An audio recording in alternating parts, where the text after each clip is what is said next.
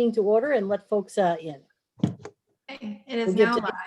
It's live, but I think there's sometimes a lag on how fast people get in. So we should give them a couple minutes to all show up.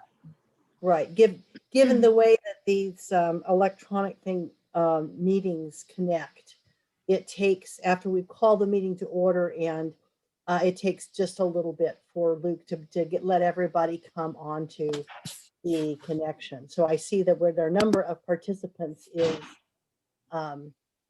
rising. Okay, I see we have 8 panelists and 17 attendees now. Looks like folks are coming in. So we are we need to roll call. You gotta do it. It's a better community. Ready for roll call? We're ready for roll call. But there also sometimes can be winners. and losers. Could I ask whoever's Or, got, like, I showed up, if you're so that, you know, that's on Lori. we're picking Oh, up some. Lori, in your background, we can hear Nick. We can hear I muted her. Ryan Betts has a big voice. Thank It's you. a council member and Betts, so I can't really tell him to shut up. You can actually, Lori. It's okay. I can? Okay. Thanks for telling me. So, we'll see. I won't I'll get mute, it. I'll mute. We know our place. Okay, so roll call, please. Committee member Bearneck, Here. committee member Funk, Here? committee member Schmidt, Yes, ma'am. committee member Vanden Eyck. Absent. We have, and Chairperson Newsom has an excused absence, so we have 3 present and 2 absent. I'm I sorry. see Jeff, actually, I see Jeff as an attendee. Let me try and move him into the panelist I group. just moved him, Kelly. Oh, so did I. There it is. I see him coming on. Great, thank you. So please mark him present. Yes. Yeah, that would be great. I was watching that. And I was like, hey, I'm here. Where? Thank you, Jeff, for all, and appreciate everyone's patience for our working through the technologies. Okay, do I have a motion for approval of the agenda for today? I'll motion. I'll make a second. Okay, we have motion by member Berenek, seconded by member Schmidt. Roll call, please. Committee member Bearneck, Yes. committee member Schmidt, Yes. committee member Vanden Eyck, Yes. vice chairperson Funk. Yes. Motion passes, all in favor. Okay. Now is our time for public comment. And at this point in the meeting, what we're looking for is to have the open time for anything, for comment on anything that's under the jurisdiction of the Design Review Committee, but is not on our agenda today. We will come back on our, as we discuss our specific agenda item, that we will then ask for public comment specifically about that. So now's the time for anyone else. Please raise your hand on use the Zoom function to raise your hand, or what is it? Is anyone on the phone with us today? It does not look like anyone's on the phone, but if anybody is out there, you press *9 and that will show up as a raised hand. Thank you, Kelly. I am seeing, I raised hand. Let's see that. Let me see who it is, if I can. I will now recognize Susan Sparling, excuse me.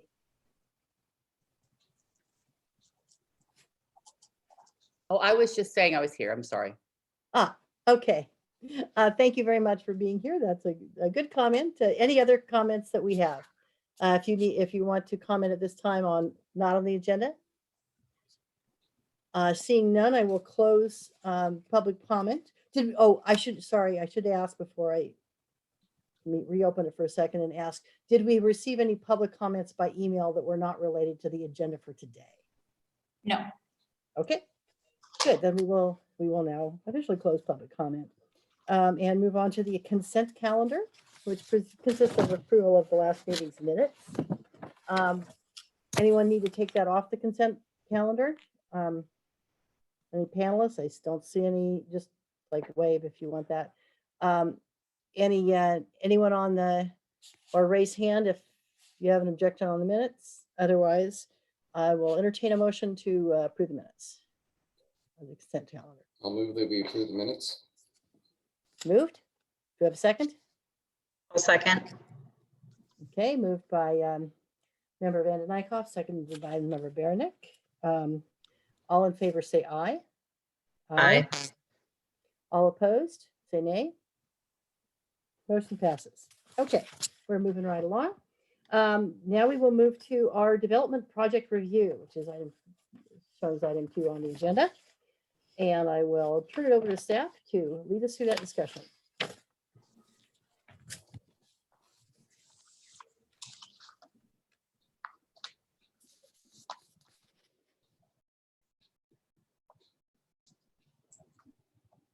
Can you guys see my screen? Yeah, I think we can all see it. Looks great. Perfect. Attempting to play it as a project, as a slideshow, but Yeah, I can was you gonna say see it as a you're in slideshow? the preview mode as opposed to the slideshow mode. Okay, let me try this again real quick. The advantage of changing modes is that makes it a little bit larger. Right. Thank you. All right. So the project that we're looking at this afternoon is the Dove Creek Commercial Project. It's been to DRC twice before and had some public input and some committee input. I know we have some new committee members, and so part of my presentation will sort of be rehashing the background of the project just to make sure that everybody has the information that they need to provide comment to the applicant. So the project's located at the corner of Santa Barbara Road and El Camino Real. It was part of the original Dove Creek Plan Development Project. It is in the PD 12 overlay zone. I know there was an error in the staff report that had it as PD 24. It is PD 12 overlay zone. And it has sat vacant as a commercial property since the Dove Creek development was built around it. It's an integral part of the Dove Creek development and was approved concurrently with the entire residential commercial Dove Creek development area.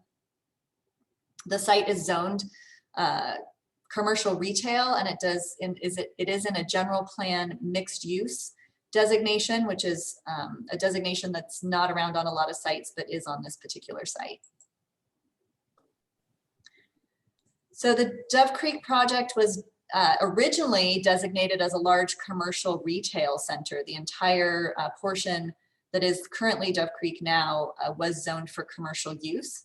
In 2002, the zoning was changed to allow mixed use development and allow for the residential portion of the development. That was done with our general plan update in 2002.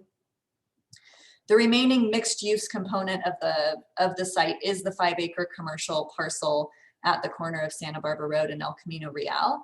It also fronts on Cashin and Bliss Streets, which were approved as an integral part of that commercial development back when it was approved, I think in 2003 or 2004. The city did ask that commercial development be prioritized over the residential development. We did have some conditions in a place to make that so, but because of the recession and a number of different factors, the construction of the commercial portion did not come to be.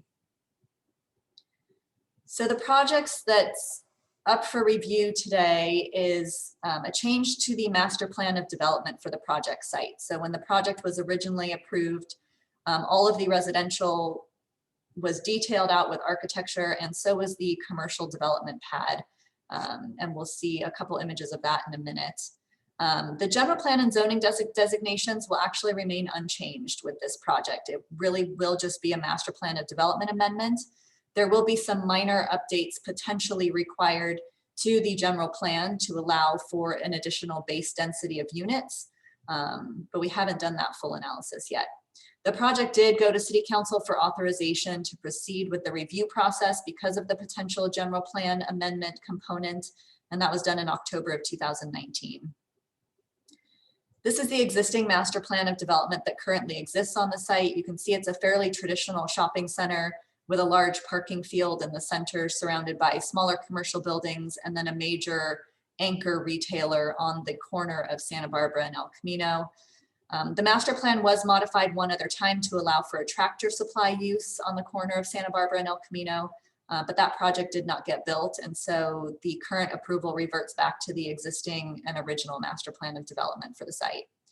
The original master plan of development did show 3 driveways onto the site that line up with some of the residential streets and line up with the break in the median off of Bliss Street. So as I mentioned, we've had 2 DRC meetings prior to this. In the first meeting, the applicant was directed to reduce the project height along the project edge to increase neighborhood compatibility. That was a huge concern for the surrounding neighborhood. And at the second meeting, they did submit with a reduced height along Cashin and Bliss. They shifted the hotel building farther away from the residential and pushed it all the way up against the intersection of El Camino Real and Santa Barbara Road. And the DRC at that point then shifted focus to the architectural style for the project, which was previously kind of a Mediterranean or a Spanish mission style, and asked them to explore a more contemporary, rustic, agrarian design theme that would be more conducive to our rural nature. So at this point, the project does include 82 residential units. I think the very original submittal included 80 residential units, and that number has shifted as they've gone through multiple iterations. There remains a 100-room hotel with some spa and banquet facilities, which is the same as the original proposal. There's about 36,000 square feet of commercial tenant space, which includes some space on the lower floor of the hotel, as well as space surrounding the podium level, open space area. And currently there's 381 parking spaces planned. So in this last revision, the applicants have given greater emphasis to the transition from the existing neighborhood to the commercial space and the podium space. There's sort of a added layer of residential buildings. 2 of those buildings are separated by sort of a pedestrian alley to allow for some architectural interest in breaking up the mass of the buildings. And those buildings lining Cashin and Bliss remain at a 2-story height. They also provided some new architectural concepts in line with what the DRC had recommended at the last hearing. So this is their revised concept plan. You can see the neighborhood streets Cashin and Bliss here. They do have 1 entry off of Bliss that was part of the very original 2004 approval for the project, and they have an entry off of Cashin here. Just a little bit of background for the members that weren't there. The original master plan and development shows another entry point here that is not included on the applicant's proposal, and that entryway would go away if this project were to move forward. So the yellow buildings represent 100% residential buildings. They're accessed off of this alleyway here, and they all have private garages associated with them. It's a little bit different than the previous designs. And then the smaller blue buildings here lining the central podium level space also have residential units above them. And then this building here will be uses such as a gym, banquet facilities, a restaurant, and some retail pad space. And then we'll have the hotel above, and some of these facilities on the lower floor will be associated with the hotel. And then the pool concept is potentially associated with the gym facility. They've also added an emergency access as requested by the fire department. The grades align best off of Santa Barbara Road in this location, kind of close to the intersection with El Camino Real. This would just be for emergency access, or could allow some vendor access through for special events, temporary events, and things of that nature. If they were to bring food trucks in or things like that, would allow them through. The fire department also requested a circular access way around the podium so that they could have staging access to all of the buildings from that podium space. And so that's been incorporated into the project as well. In terms of architectural theme, the applicants are now proposing a more contemporary, a rustic agrarian design theme. They've included some standing seam metal and vertical board siding, some metal roofing. They're planning to incorporate large commercial storefront windows and wood texture accents. So this is kind of a call out of that architectural theme as it applies to some of the more residential scale buildings. They're kind of going for a muted gray theme in keeping with that more rustic agrarian theme. And then here are just kind of some concept images applied to the project and also some inspiration images for what they were thinking. So this top one is the view from Bliss and that entryway. And then the bottom image would be the view kind of from the corner of the project along Cashin. This is some of their design inspiration that they are looking to incorporate if they're approved to move forward. So you can see the larger glazing features on the bottom floor and a lot of metal and wood accent features. In terms of the height, this is the revised height for the project. And I don't know if this whole, yeah, we're good. So you can see the residential townhomes that are lining Cashin and Bliss are at approximately 27 feet from ground level now. Our code maximum height is 35 feet. The residential townhomes that are more internal to the project, as well as the podium level retail spaces and residential above, are all below that 35-foot threshold in our code. Where the applicants will be requesting an exception is for the retail and hotel building, which is proposed at 59 feet from the podium level. And that podium level at that point acts as the ground level. So they are requesting a height exception there as part of the project. A little bit of background information. They did have a rooftop usable roof deck level and some additional units on the roof deck. Those portions have been removed. And so now it is just a 2-story hotel on top of the commercial with a pitched roof. Kelly, real quick before you move on from that slide, or you can go to the next slide, that's fine. Actually, yes, this shows it really good. I just want to clarify, when we look at that 27-foot residential that's going to be along Cashin or Bliss, right now, if I drive along Cashin or Bliss, that property is graded well above the street. There's sections where it's what, 10 feet above the street, is that right? The property? Yes, at least 10, I think, approaching. And so this is assuming that they're going to grade that flat. So that's not 27 foot above that grade that's out there today. Is that correct? That's correct. So the concept of the property is to basically bring that pad all the way down to street level. Obviously, there's a little bit of difference in elevation along those streets. And then to use that as a subterranean parking level with a podium level above that is approximately at the level of the El Camino Real Santa Barbara intersection. So they're really using the topography of the site to help transition from the existing neighborhood to the corner. I just want to clarify that, because really then you're looking at basically only 17 foot above that existing grade. And I think the way the shopping center was planned, they didn't do that. It was going to sit on top of that pad.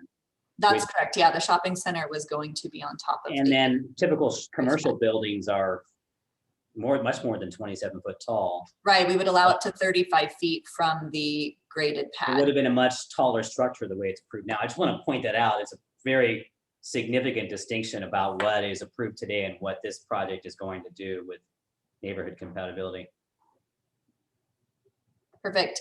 And so what the applicants tried to do then is line Cashin and Bliss with similar scale of structures as what exists today as part of the existing Dove Creek neighborhood. And to maintain line of sight, you can see kind of that dashed line towards the top of that lower section. Maintain line of sight as if there was a 2-story building and then what your view would be beyond there. And you can see that most of those added buildings maintain that line of sight. So you're really just seeing the 2-story building when you're standing on the street of Cashin and Bliss. So a little bit in terms of parking, we estimate about 318 parking spaces required for the project based on the mix of uses they have today. They are providing 381 spaces, all of which are under the podium or in private garages for the residential. And that 381 number does include sort of the stacked parking model that you can kind of see on that section. And those would be reserved for some of the residential uses so that there can be some coordination between the owners of those cars. Trash service was an area of concern for the residents previously. So the applicant has worked with Atascadero Waste Alternatives and continues to work with them on a viable solid waste plan. So the current plan calls for trash chutes from the podium level. Those trash chutes would go down to the subterranean level, and there would be roll-off containers or similar containers of that nature that could be moved out from the site and picked up once a week and replaced. So it's not the traditional dumpster where there's the overhead truck need.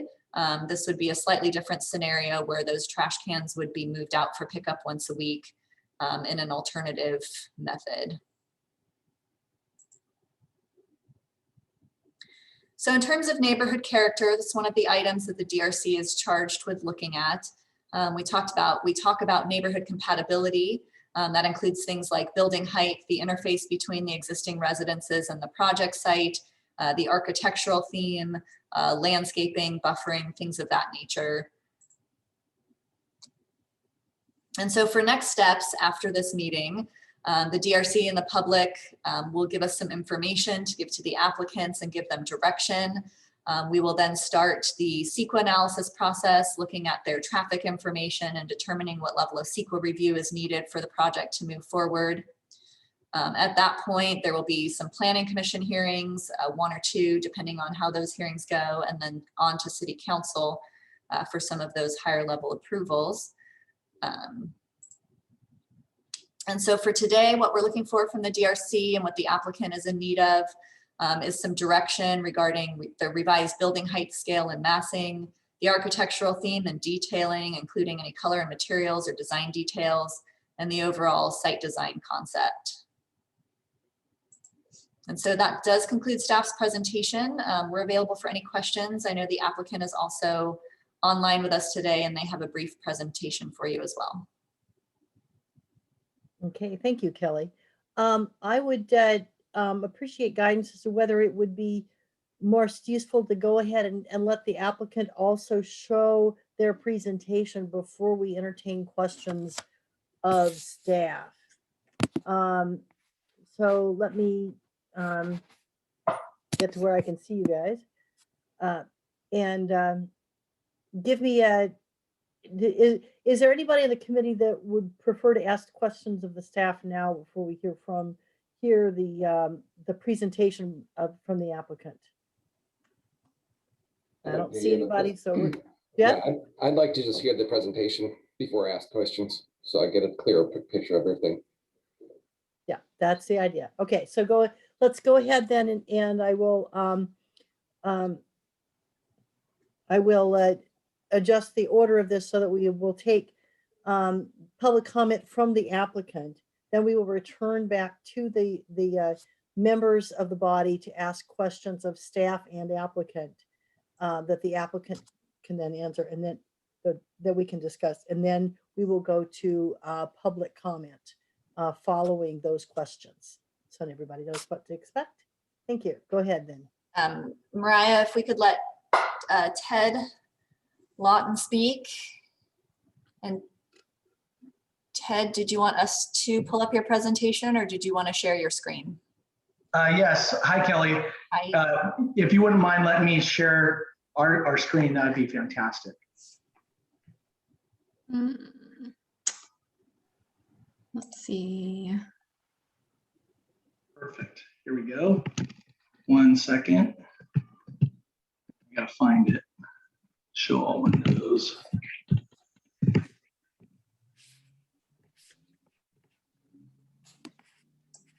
Which one is it?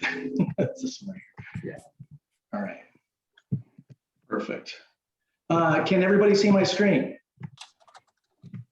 Yes. It's there we go. Is it live? It is. Your screen is live. Perfect. Thank you so much, Susan.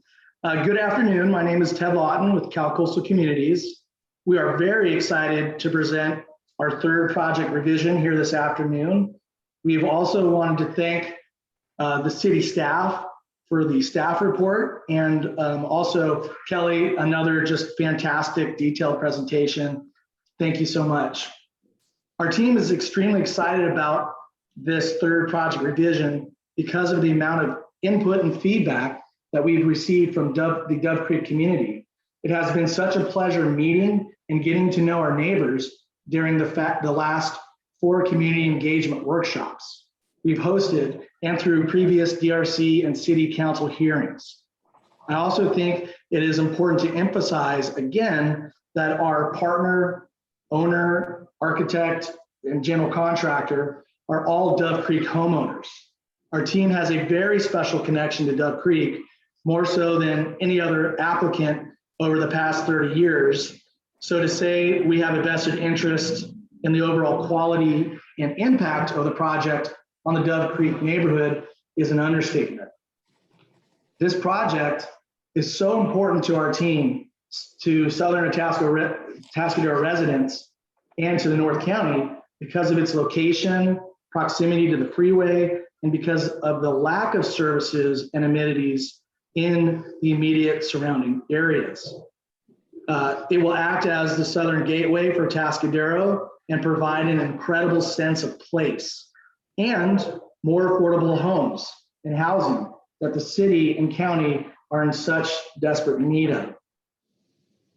What I want to do here is move on to what the originally approved shopping center was, the retail center. And what we did is we basically, we took the existing approved elevations, and to Phil and Kelly's point, we placed them on the finished pad, and you could see that the approximate building heights would have been anywhere between 40 and 44 feet of the originally approved plan in relation to the finished pads. And so what we've done is we are proposing to grade all that pad down so that way it's basically flat and is compatible with the grading on the other side of the street.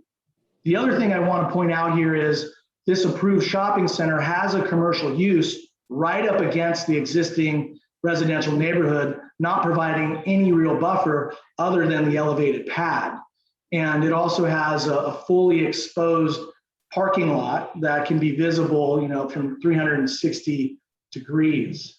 So those are some of the key things. And then also the third entrance kind of in the middle, right off of Cashin. So that's something for us, we thought it was very important to make sure we don't disturb the existing community and try to do the best job we can at making sure that we don't disturb it. And so in our plan, we did eliminate that access point. And so let me move on here. So old retail centers, they're dead, death by Amazon, death by online, and unfortunately, I think that this is the future of those old retail centers. You're seeing many cities converting them to residential uses. And in fact, the big K picture up there is the Kmart that is a casualty up off of San Anselmo. So you're seeing it in Atascadero already. So what is the future for retail centers? How are they going to work? And there are some really, really good models that people have developed over the past years. And really what it is focusing on experiential and focusing on this indoor-outdoor relationship and really giving a place for community to gather and experience each other.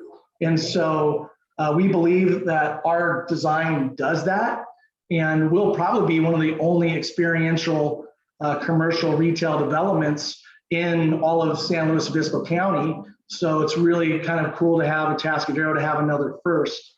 And so as you can see here, it's a lot of gathering. The people are coming together, they're playing, and they're doing different events. And I can't wait to show you some of our programming ideas for the interior park space in our open space project design. So moving on to the original design, Kelly did kind of touch base on this. We did have more of a 3-level step back residential units along Cashin and Bliss. We listened to the community, we listened to the feedback. We've now reduced it, and you can see what area those buildings were located in the highlighted yellow section of the slide. And really, we looked at height, we looked at the elevations, we looked at the architectural style, and that was a lot of the comments that we received during our last community engagement and during our last DRC meeting. So moving on. So what does it look like now? So yes, we decided to completely redesign the entire project. And it's amazing that our team was able to do this within the last 3 to 4 months. Thank you, Don Love, our architect, for an amazing job. And now we have more of a high quality agrarian concept, which is shown here. And the other thing that we did is we eliminated the third story. And so basically our residential is a 2-story agrarian concept, which is to the peak of the roof is about 27 feet, as opposed to the original 38 feet. So there's an 11-foot decrease in overall building height. And that's in addition to the 10 feet that it will be reduced by grading down the finished pad area. So we think that, if you look at the revised design, which is shown on the bottom right-hand corner, it shows you what those differences are. And I think what's really cool is Don, our architect, he basically put a perspective. It's this little guy underneath the tree and the dotted line that looks over the top of the residential unit. And what we're indicating or showing is that you can't see the rest of the project behind the first residential building. And so we think it creates a wonderful buffer for both noise and visual impacts that the original approved plan definitely does not do. You don't have a residential buffer. This provides that, and it does it in a very thoughtful way. So with that, I'd like to move on to our next slide. And here, to take it one step further, taking a lot of the feedback and comments that we got from both the Dove Creek residents and the DRC, we really started to kind of hone in on additional benefits and changes. And what we're able to achieve is, one, is the high quality agrarian design that's compatible with the existing neighborhoods of Southern Atascadero. We're really focusing on making sure this is a pedestrian and bicycle friendly and walkable shopping options for the southern end of town. Again, this a low impact circulation with access points closer to El Camino and Santa Barbara, as to minimize the disturbance and impacts to the existing neighborhood on Cashin and Bliss. Additionally, we have a large interior open space park, which it's over an acre of open space. It's dedicated to a park, which we think is wonderful. They reduce residential height along Cashin and Bliss to match the compatibility with the existing homes, a visual and noise buffer from the interior commercial uses. There's also concealed and covered on-site parking throughout the entire project, which is wonderful for those really hot Atascadero, summer days. There's also stackable parking. And we love this option. And in fact, Max Zappa is where we got it from the La Plaza project downtown. He's incorporated a stacking component into his project. And we said, wow, we really like that, because what we want to do is create even more parking. Even though the original plan without the stack parking still meets parking requirements, we said, why don't we invest a little more and create even more parking? Because we want our visitors to have an easy time getting in and out, and we don't want any overflow going on to Cashin and Bliss. So we're really being mindful of the existing neighborhood when making that design choice.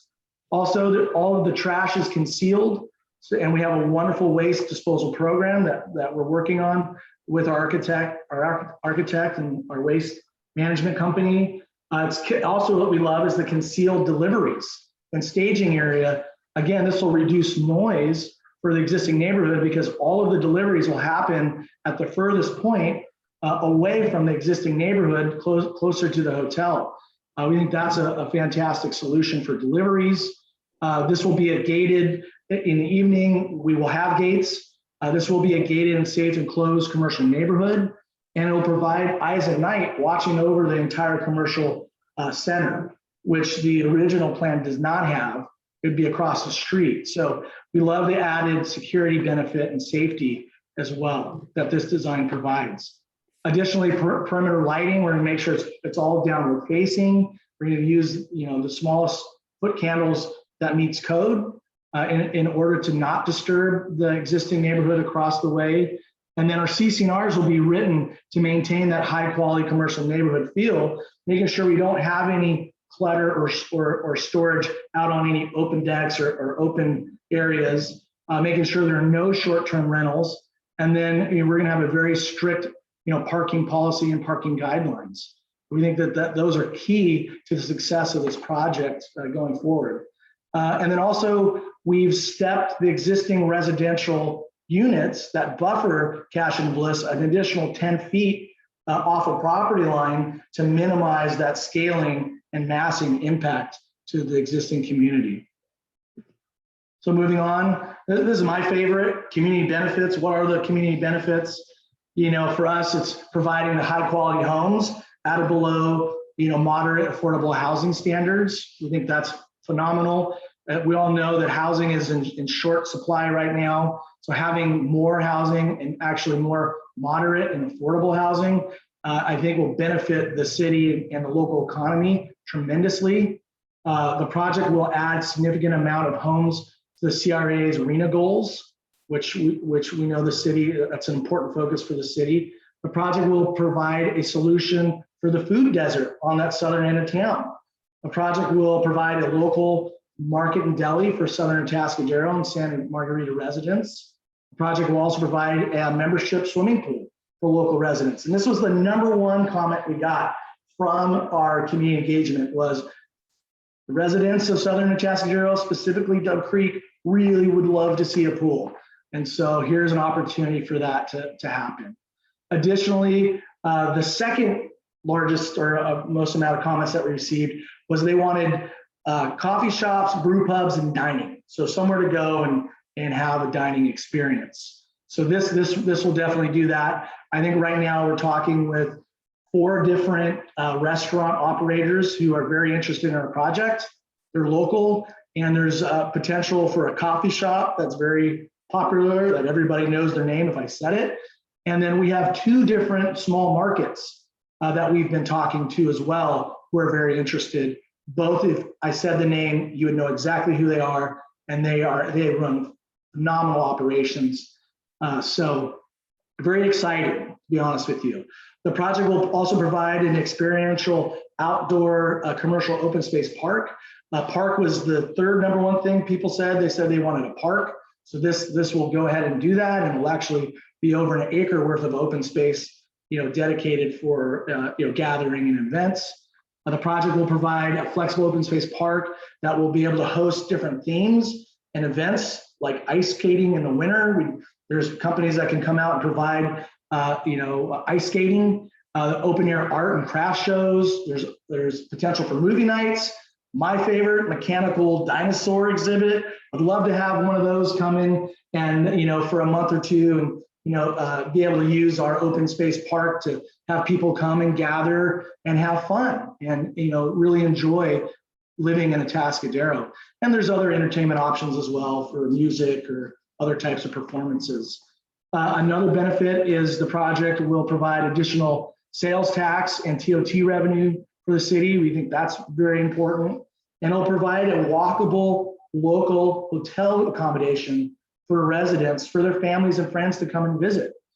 We love the fact that you could just walk over and hang out. I think that's really, really cool. And then we also want to provide a place for family and for kids to gather and have fun, maybe doing a rock climbing wall or maybe a synthetic lawn slide, but really playing and enjoying life together and enjoying that amazing Atascadero weather and climate. So for us, the residents of the Southern Atascadero will enjoy all of these amazing benefits and much more that this project provides.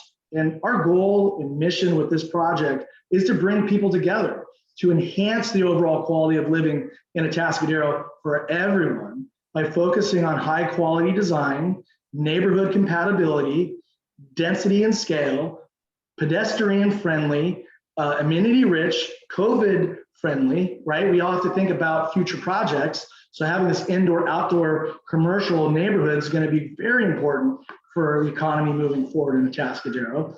And then most importantly, we thank all of and appreciate all of the feedback that the Dove Creek residents and the design comments provided by the DRC members is they have made major contributions to the revisions of the project and the project's improvements. And quite honestly, it was those comments that have made this project so much better. And so with that, we think it will help this project be a wonderful success, and would like to open it up to questions and comments. Thank you so much for your time. Thank you very much, Ted. At this point, I'm going to turn to the members of the Design Review Committee, and wave your hand as you have questions. We'll open it up to questions of staff as well as questions of the applicant at this time. Who wants to go first? Jeff, have at it. Yeah, this came up at our planning commission meeting at our last meeting, was that the Dove Creek development was originally slated to put in a monument sign for our entry into Atascadero. Wondering if anything like that is going to be incorporated into this project.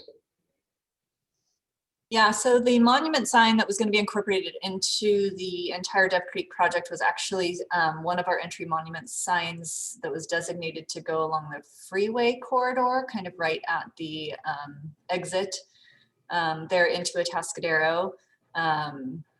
So obviously not under control of this parcel necessarily. I think that in talking with the applicants in the past, and Ted can maybe chime in, I think they are open to creating sort of a, gateway feature or element on the hotel building at the corner of Santa Barbara and El Camino, but I'll let Ted maybe talk about what they were thinking in terms of I'm going to chime in details. too, just a little bit, Kelly, because I've looked into this issue a little bit, and it's really part of the larger Dove Creek plan development. And I still haven't been able to determine, was that something that was mentioned in the plan development, or was it a condition, or was it just a discussion in the applicant's presentation when they did Dove Creek years ago? Do you know? Yeah, it was a discussion in their presentation, and there was a designated location, but it did not actually formally make it into the conditions of approval. So it was just part of their proposal, and it just never happened. And so I guess that's the distinction here, is it's not going to be a responsibility of this project, but if they wanted to do something, on the El Camino side, if they want to, that's fine. And it's something that could be conditioned. But again, it's very separate from, I think, what you might be thinking about, which was the original sign that would have been on Highway 101, which is part of the much larger Dove Creek residential project, which is a component that never happened and that we aren't going to require them to continue to do. So anyway, I just wanted to start the discussion off that way. It's a little different. Yeah, so all great points. For us, we would love to do some sort of signage kind of marking the entry into Atascadero. However, we didn't want to make that the scope of this project because signage can get very, very, very personal. So, our thought process was incorporating some kind of water tower feature potentially with the city logo, saying welcome to Atascadero. That would be visible from Highway 101. We'd love to do that, but we thought that we'd rather keep this vanilla and then come back with that as a separate entry, if you will, application, if you will. So that way, it doesn't end up holding up this project. But we'd love to do something like that, whether it's a water tower or a big windmill, but we really want to be able to advertise and promote welcome, into Atascadero. We think that's phenomenal. We wouldn't really need to use it for our signage or marketing purposes. I think it's more about, really giving people a visual cue that you're now entered Atascadero. We think that would be a wonderful idea. Thank you. Jeff, go ahead. Do you have other questions you want to ask at this point? That's the only one I have for right now. Okay, Dennis, I saw you raising your hand. Yeah, and I have a list, and please bear with me. And Ted, thank you for your presentation. It was very helpful because I wasn't on the previous committees that have seen your project. So following up with a lot of that history was nice to hear. I'm going to kind of go down my list, and some of it might not be applicable at this point. I don't know. But I know that we're limited maybe limited in terms of what the conversation would be. Could you go back to the site plan, one of the very first slides that you showed, Kelly, please? Yeah, Ted, can you stop sharing and I'll steal it from you, I guess, for lack of a better word? Or can I bring up the site plan? I could just bring up The one that kind of covers the both the streets, Santa Barbara and El Camino was overall site plan more than anything else. Maybe almost like a vicinity map.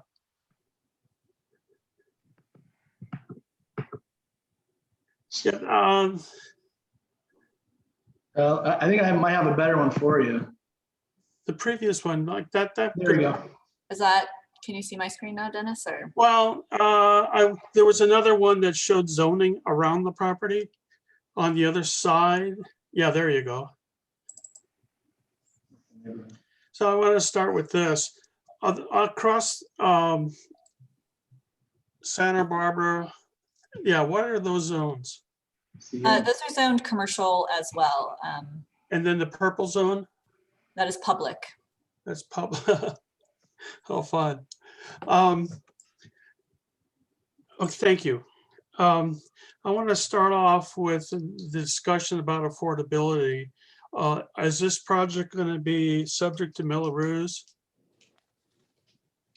Yes. Okay, Yeah, we would, condition the community facilities district, and then by city policy, affordable units are not charged that additional annual tax. And so the units that are going to be built will be have Millaroos or not have Millaroos? Will, They will. but No, not any units that are deed restricted as affordable. Okay. It's just kind of a comment more than anything else. I don't know how many people who live in Dove Creek, I've heard talk that they get this unusual tax bill that has more money in it that they were not aware of when they bought the units. And so it always surprises me when I hear things like that. That's more of a comment. I'm not concerned. I'm interested in hearing about how this project is going to integrate with the community with respect to CC&Rs and maintenance of the roads, of the park area and things like that within the project. My experience when you have projects that are trying to get into CC&R documents that have been not within 3 to 5 years often have trouble doing that because you need a 2/3 vote of the existing community. Is Sure. that So similar here? Sure. So the CC&Rs for Dove Creek already include the commercial property. The commercial property was an integral part of the original project. And so CC&Rs already include the commercial property. Having said that, we haven't looked at them too recently, but we believe that in order to incentivize commercial development, the original developers did not place a heavy burden for shared maintenance on the commercial property. I know the applicants may be willing to adjust that with the neighbors, but currently the existing CC&Rs do incorporate the commercial property and lay out any maintenance responsibilities they might have. And then the park, the applicant had made a comment about the park area being dedicated. There might have been just a loose word, or is that the intent is to dedicate the 1 acre to the city? I don't know what the intent is. I don't think the city would accept a park of that nature. So then it's either going to be something that the center is going to be maintaining, or if the community could join within it because of the original CC&R agreement, is what I'm hearing.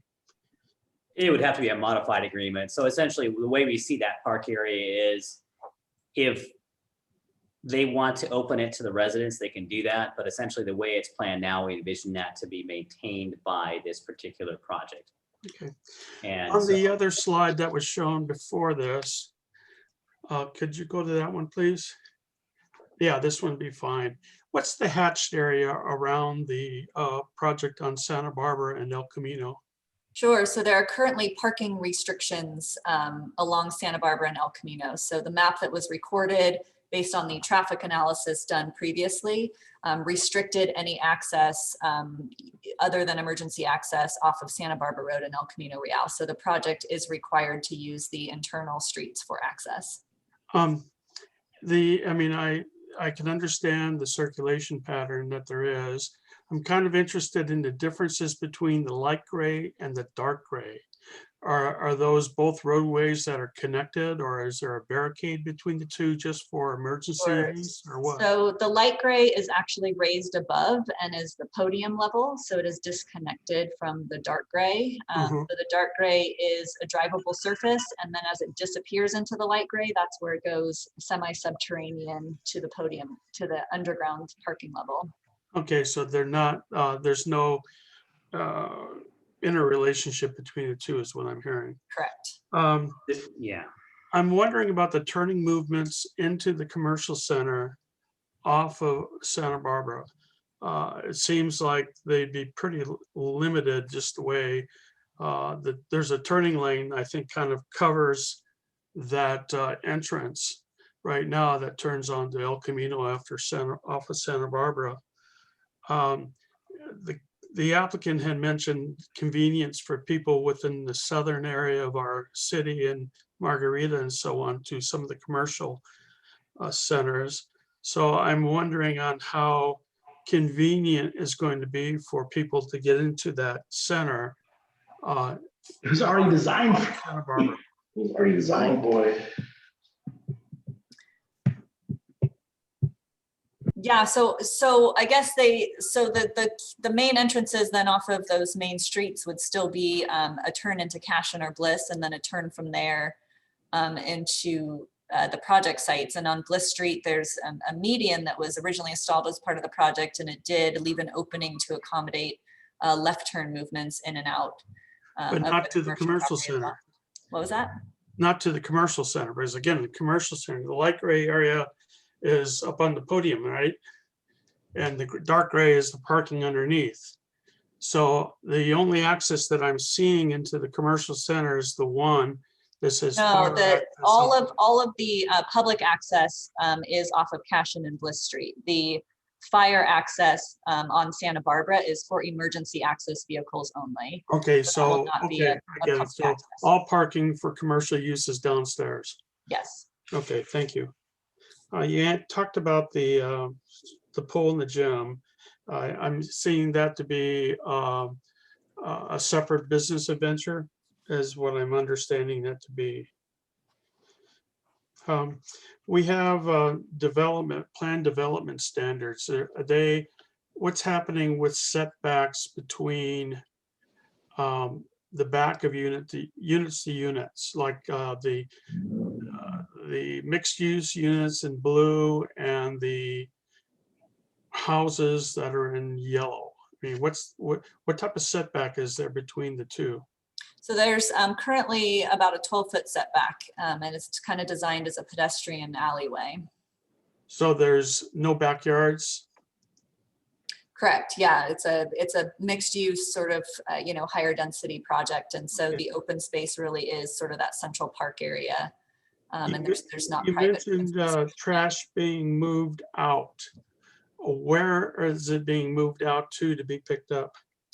So actually on this site plan, you can see, maybe you can see my cursor in this location here, that underneath the podium here is where the trash is. And so there's availability to have a connection and pull out in this location and in this location here for weekly pickup. And then the garbage company is responsible for putting them back in?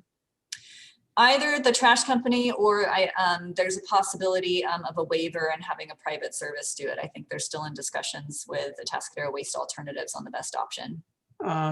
Just a note to, I don't know the total dynamics of the undergrounding. I see 26 feet. I don't know what's on the back side of the 26 feet. I know that that's pretty narrow. I have designed roads between buildings that are 30 feet and people have problems backing in and pulling into parking when it's that narrow. You had mentioned about CEQA analysis coming up. In that the previous project was full commercial, I would imagine that the traffic counts were much, much greater than they are than this. I would assume that they would be.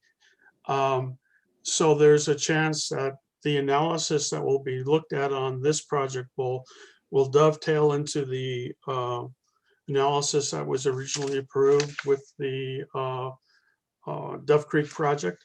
Correct. I hope so. Thank you. I don't know if this is appropriate or not. No, I asked about that original slide about the commercial areas around, and that is what we've been having a discussion a lot in our community about gateways. And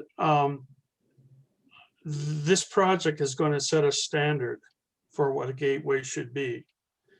And so I'm kind of intrigued by what is going on.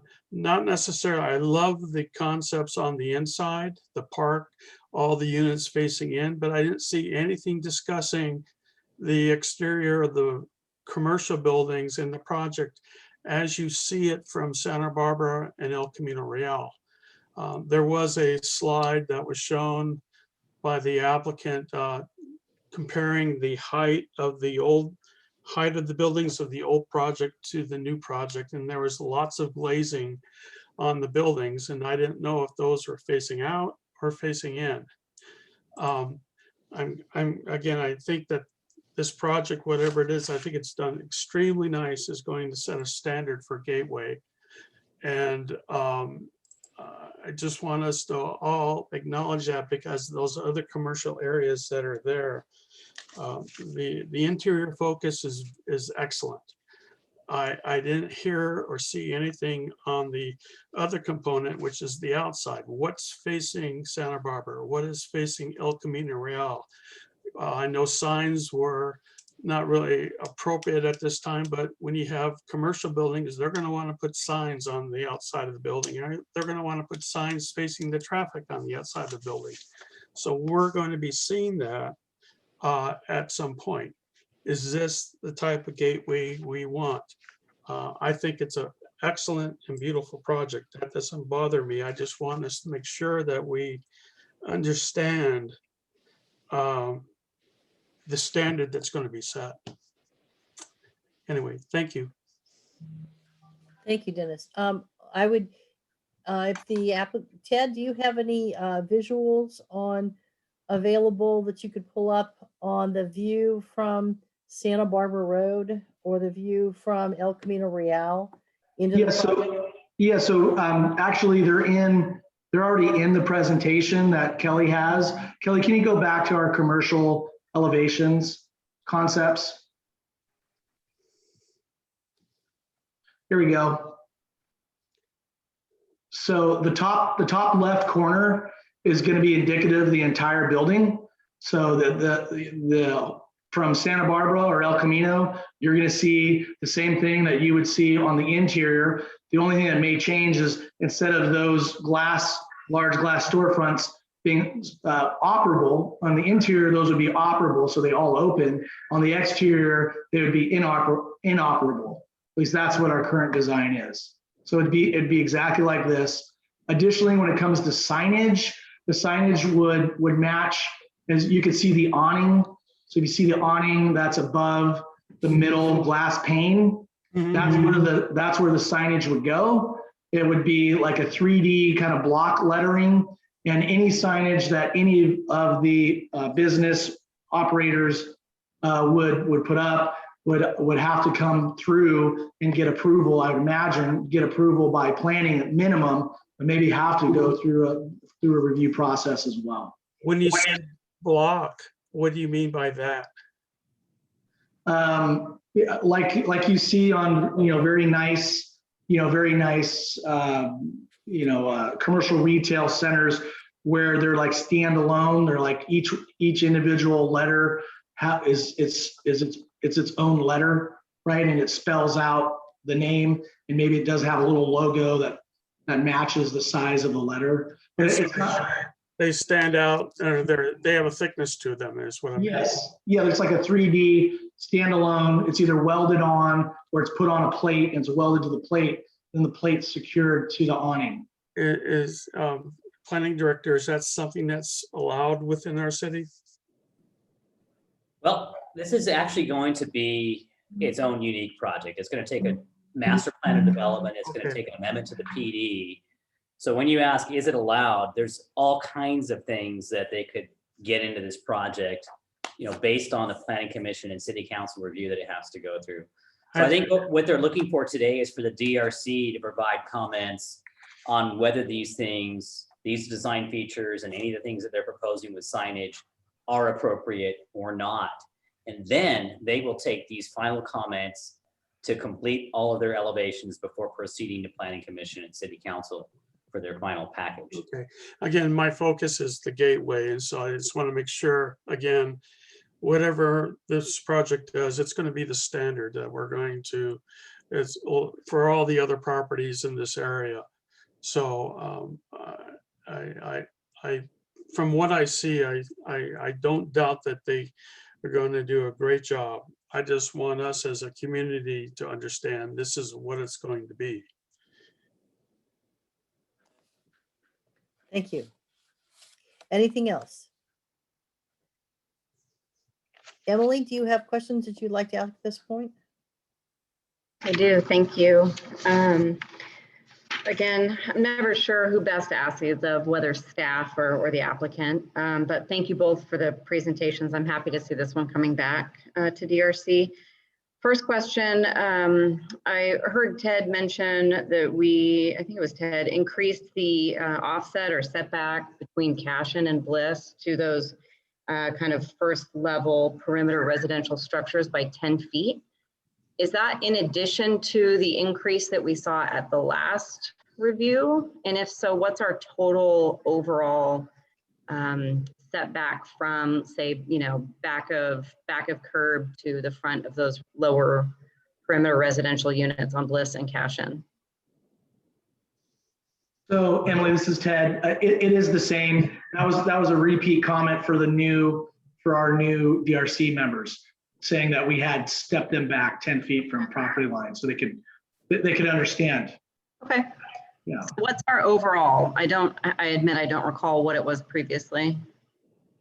I think it's still the same. It's a minimum of 10 feet, but I think in some other areas it's larger. Okay. Close to 12 to 14. It just depends on the topography and the layout of the existing buildings. Some buildings end up being closer, some end up being a little further away. Okay. And I ask specifically because I don't see any private outdoor space for those units, any potential for it other than those areas. And I don't see any fences or enclosed outdoor spaces along Cashin or Bliss. And I think that that might be, the best and potentially only locations for it. Is that intended or planned? No, currently what we're planning is not necessarily along Cashin and Bliss, but on the interior, there are a lot of outdoor decks. That's where people get their outdoor space. And really the intent is to go and we want people using the open space park. So very similar to our Grand Oaks project, where we have very small lots. The idea is you do have outdoor space, you just need to go to the central, common open space area. And we're doing that because we want people to gather together.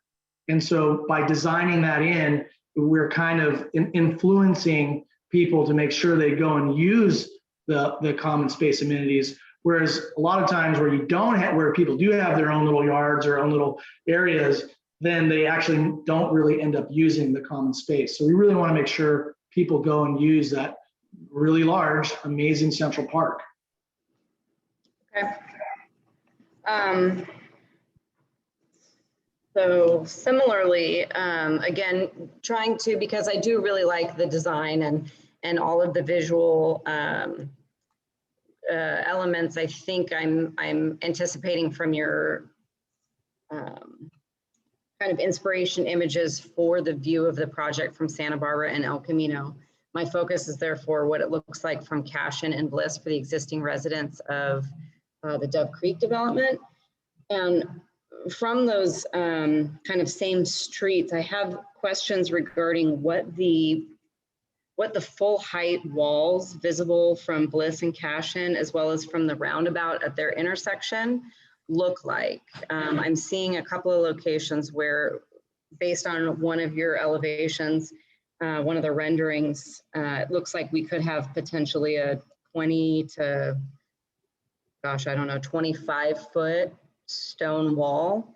And I'm wondering if that is in fact the plan, or if there's any opportunity for modification of the look of those elevations from specifically the viewpoint of the existing Dove Creek residents. Yes, that's a wonderful observation, Emily. We have thought of the same thing. Basically, that wall height matches the height of the podium. So I think it's actually maybe closer to, was it 15 feet? I'd have to go and look at that measurement. Sorry, I don't know it off the top of my head. Sure. I think what our thought process was to soften that is we'd love to incorporate a living wall component. So that way it looks more of it looks natural, it's softened. And living walls these days are really, really cool design features and elements that are being incorporated into both commercial and residential projects. Sure. No, I like the idea of that. I'm also wondering if structurally you don't need that full height wall in all of those locations, if any, openings could be provided into the parking garage for ventilation and natural lighting that would also then just kind of provide a better overall the residents outside. Yes, I know that at least along the El Camino and Santa Barbara side, that is definitely the plan, is we want to open it up as soon as we possibly can. So we want to get natural light and natural air ventilation through the bottom of that parking area. So you're absolutely right. That is something that we are aware of, and we have already planned in designing into the design. I thought you're more specifically focused on the wall visibility from the roundabout between where Bliss and Cashin meet. That's the one wall that does look like more of a wall. We could obviously add another wall and do more of a stair step feature if we needed to, but we're very aware of that. Excellent. Yeah, it's at that location as well as at the kind of between that location and the Cashin entrance. There's maybe just a slightly wider space between the perimeter residential buildings that could provide another, just really a large wall facade that I'd like to break up somehow if possible for the other residents. And then similarly on the entrance to the two entrances to the garage, the parking garage, I'm wondering, do you anticipate that those as well would be covered in the same stone veneer? And is there any opportunity to just kind of break up that material at all? Because it seems like one veneer, if that is the plan, I can't tell for sure. Oh, I see weathered brick and gray. And if so, if there's maybe the potential for incorporating back in some light colored exterior plaster or stucco to blend it better with the surrounding neighborhoods. Yeah, I don't know about, sorry. I don't know about stucco. We're trying to stay away from stucco, but maybe what we could do is more of a siding, more of either a board and batten finish or some other kind of wood finish. I think we want to try to, where we don't have brick, we want to have more kind of wood type of treatments or board and batten type of treatments. So, but absolutely those particular details, I know that Don he's laser focused on making sure aesthetically that this looks really good. And yeah, and I really think if you look at the elevation of the residential units and you see all the different architectural articulation as far as exterior cladding, you see the attention to the exterior of these units.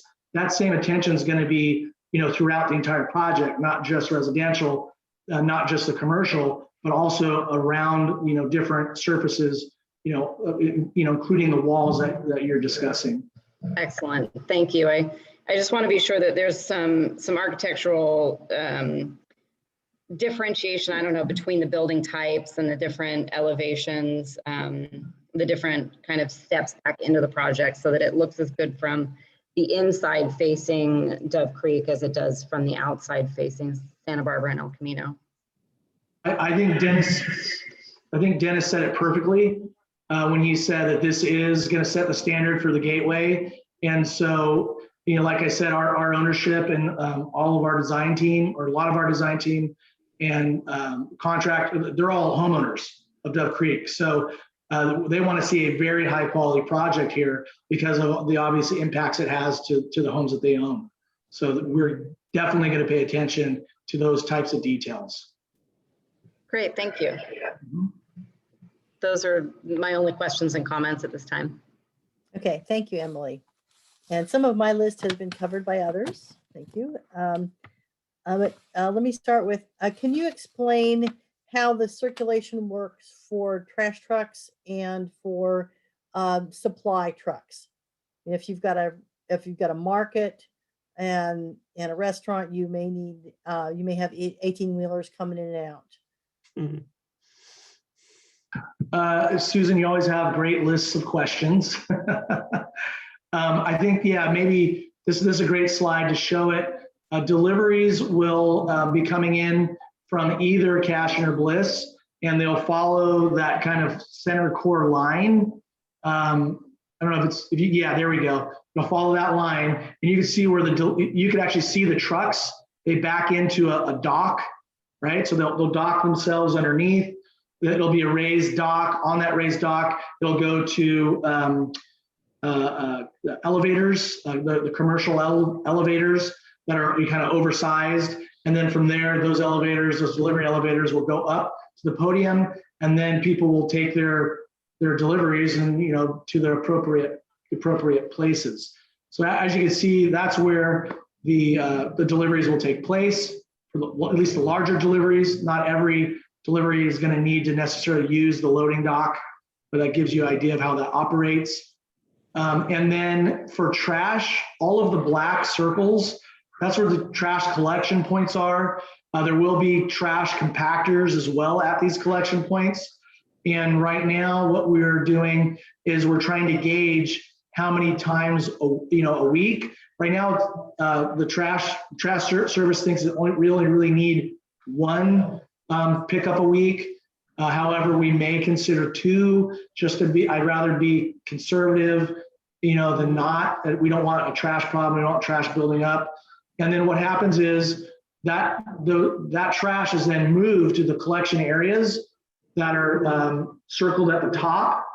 And then what happens is it is pushed like 5 to 10 feet to the roadside, which is on the other side of that wall, and it's collected along the street. There's two areas that it's collected at. So for 18-wheelers, they're going to come in on Cashion, or come in from El Camino or Santa Barbara onto Cashion or Bliss, and immediately turn into the project, go into the parking lot and disappear. Yes. And that sound and that activity will be taking place underground. So that's a very minimal impact. Yeah, that's exactly. Trash trucks, if I understand, are going to be on the surface and will come through to those 2 points where the trash has been pushed out of the parking garage, and those would be on streets that are interior to this project rather than on Cashion or Bliss. They're out in Cashion or Bliss. That is correct. They will be collected on the internal streets, so you won't see that activity taking place, and those other residential units will act as a noise and visual buffer. Sure. Okay. Thank you.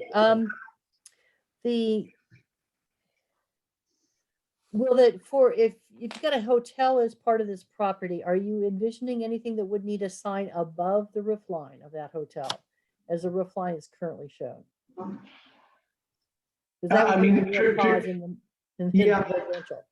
Currently, we don't have a sign planned. I think in the original one we did.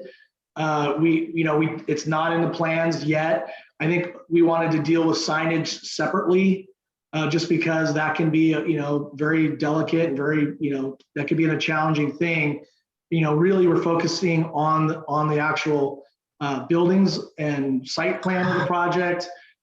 It would be nice to have a sign up there, up on top, but right now it's not in our project plan. So be happy to if you wanted to condition it to say it has to match certain standards, we're okay with that. But it's Okay, yeah, because the effective height of this project, it will be affected by what if you've got a large sign that's up on top of the roof that creates more a much bigger visual and something that's distinctly non-residential in its character. And so I can say our code currently does not allow for signage above the roof line. And it's likely that the project as a whole will require a sign program to move forward, whether that's incorporated now or that comes back as a separate approval process. I will also say that because of their design theme, there might be some roof signage opportunities that are architecturally compatible with their theme that they could explore, but that would all be approved through a separate approval process. Okay, I just wanted to make sure we weren't launching into something where the effective height was a lot larger than we're looking at because in order for the project to be commercially successful, it would require a big sign that on top of the building. Yeah, I think a lot of the architecturally compatible signs are similar to the Grand Oaks ones, where it's like an individual sort of metal letter and sort of this old industrial contemporary theme, and would not actually be above the pitch of the roof. Correct. Okay.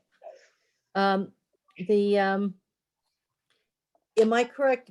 Are we aiming for a concept here with the commercial and retailing where this is going to be resident serving retail, and of course it'll serve the hotel guests too, but a market that's going to serve the needs of the community both in Dove Creek and the folks in Las Lomas and Bordeaux and as you pointed out, it's a food desert. And that come up those roads. Are we developing a project that can be successful in serving the neighborhood as opposed to having it have to be a tourist or office sort of thing? Yeah, a great question. Our plan is to serve. This isn't for, we're not trying to get a whole bunch of outside influence to come and use the services.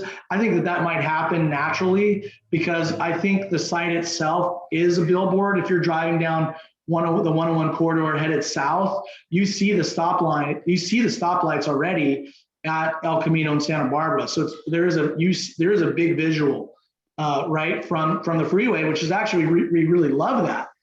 We think that's a great feature that this property has, but really we're intending this to be more of that local, immediate area, southern area use. We love to see bikes. We want to see people riding their bikes, on the weekends and coming and having a place to spend time and to gather as a family. And that's why we want to do fun events. That's why we want to provide a pool that can be used. And we want to provide an area for kids. And we want to provide a lot of outdoor dining for people to come and enjoy the amazing Atascadero weather. So I think, Susan, you hit the nail right on the head. This is a local focus, 100%. Great. And given that focus, as you're looking to have good connection with the community for walking and biking, can you explain pedestrian and bicycle access onto the plaza or podium level, as you put it, where there will be the park area? Because that's going to be a level above the level where the street is. And you've also described this as a gated community.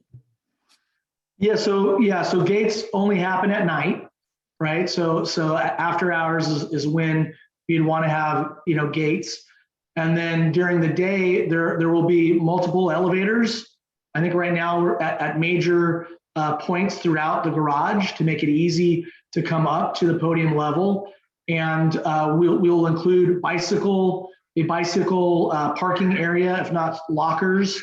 We're still working out the details on that below, but also some bicycle racks and things for bicycle parking up top.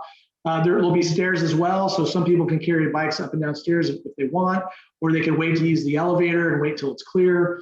And there will be parking for bicycles up top as well.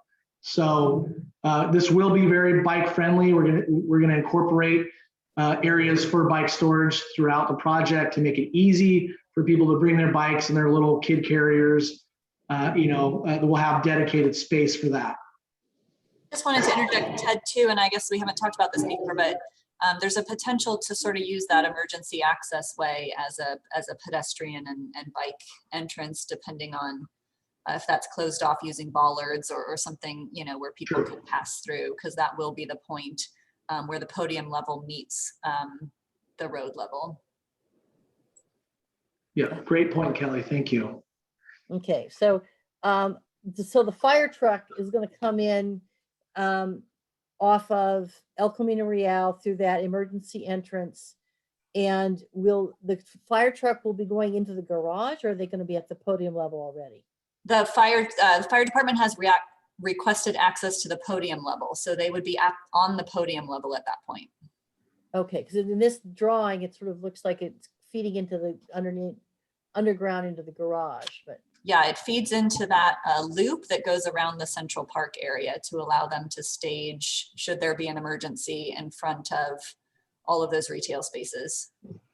Okay, at some point it would be helpful to clarify in the drawing here how that works, so that we can distinguish between the main entrance for trucks and vehicles that will be going directly funneling into the underground parking, and the surface level entrance to the podium that the fire trucks will use. Yeah, I think we don't have a perfect graphic for that, but you can see at this level off of Cashin that they would come in to the underground podium level here. And then this is actually Santa Barbara Road up here. So they would be driving through a split in the commercial space underneath the hotel onto the podium level. Oh, okay. So there's essentially a tunnel in the building. Correct. They're coming Yeah. through. Okay, got it. That makes a little more sense. Okay.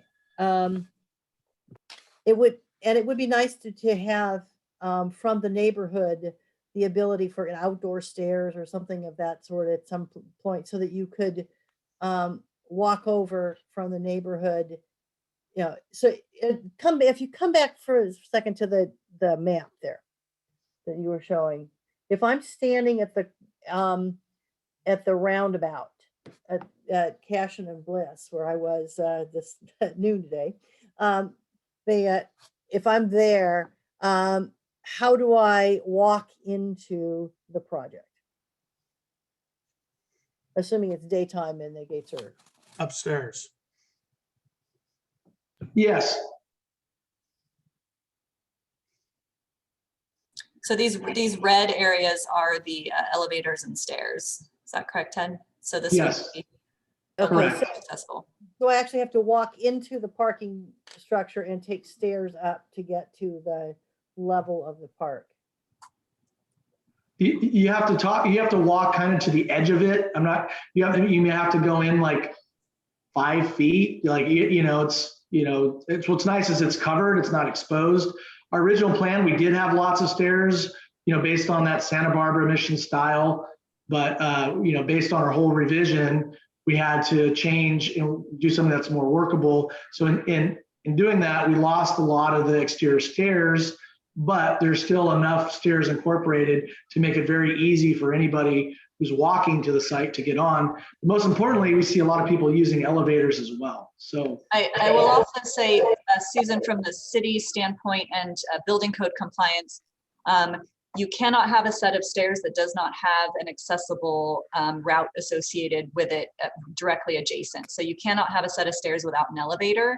And so that limitation right there means that we can't push the stairs out where the structure of an elevator wouldn't be able to be accommodated directly adjacent. Yeah, okay, fair enough. I will defer any of my other comments until after we have, and questions until after we have heard public comment. So Jeff, do you have a question? Yeah, I just had a couple more questions, and I wanted to go on one of the things that you said, the delivery trucks. Have truck turning radiuses been put on from Bliss into 24-foot aisle to show that a 18-wheeler can get in there? It just seems narrow there for that truck, especially coming off Santa Barbara. Bliss doesn't look very wide right there, so I just wasn't sure. So those access points were the original size access points that were engineered prior and work. So we haven't modified what the existing approved plan was as far as size and dimension. The assumption is that Cashin would be the more accessible one for larger trucks because of its increased width, and that's the way it was designed originally. Okay, so, okay, all right. And the other thing I didn't notice anything in here, and maybe it's out of our purview, but anything about stormwater drainage, on-site storage, nothing like that. So just wondering what was going to happen with that. Yeah, we have requested that information. It's outside your purview from a design standpoint, although obviously if it affects, the designer site layout, then we would need to come back for some recommendations around that. But staff has requested that information and it will be provided before Planning Commission. Okay. Great, thank you. Anything else, Jeff? Oh, that's all. Thanks. Okay, Dennis? Yeah, thank you. I'm going to kind of carry on with the delivery comments. And to me, I agree with Jeff. Things look awfully narrow, even though they might have comported with what happened before. My experience is that when I used to travel to San Luis in the morning and I'd stop and get coffee, I met a lot of delivery men at the coffee shop. And I asked them why they were there so early. And they said, because the streets are so narrow that they couldn't make deliveries in the afternoon. And so I'm a little concerned, but it can be addressed, is the noise from delivery trucks. What happens if 3 trucks show up at the same time? Someone's going to wait out on the street out of Bliss or Cash until the spaces open up. So that's a little bit of a kind of a coarse sense thing that I'm referring to. What is after hours? Is that 10 o'clock, 9 o'clock, 11 o'clock, 12 o'clock at night? What constitutes after hours? Yes, so Dennis, really good comments.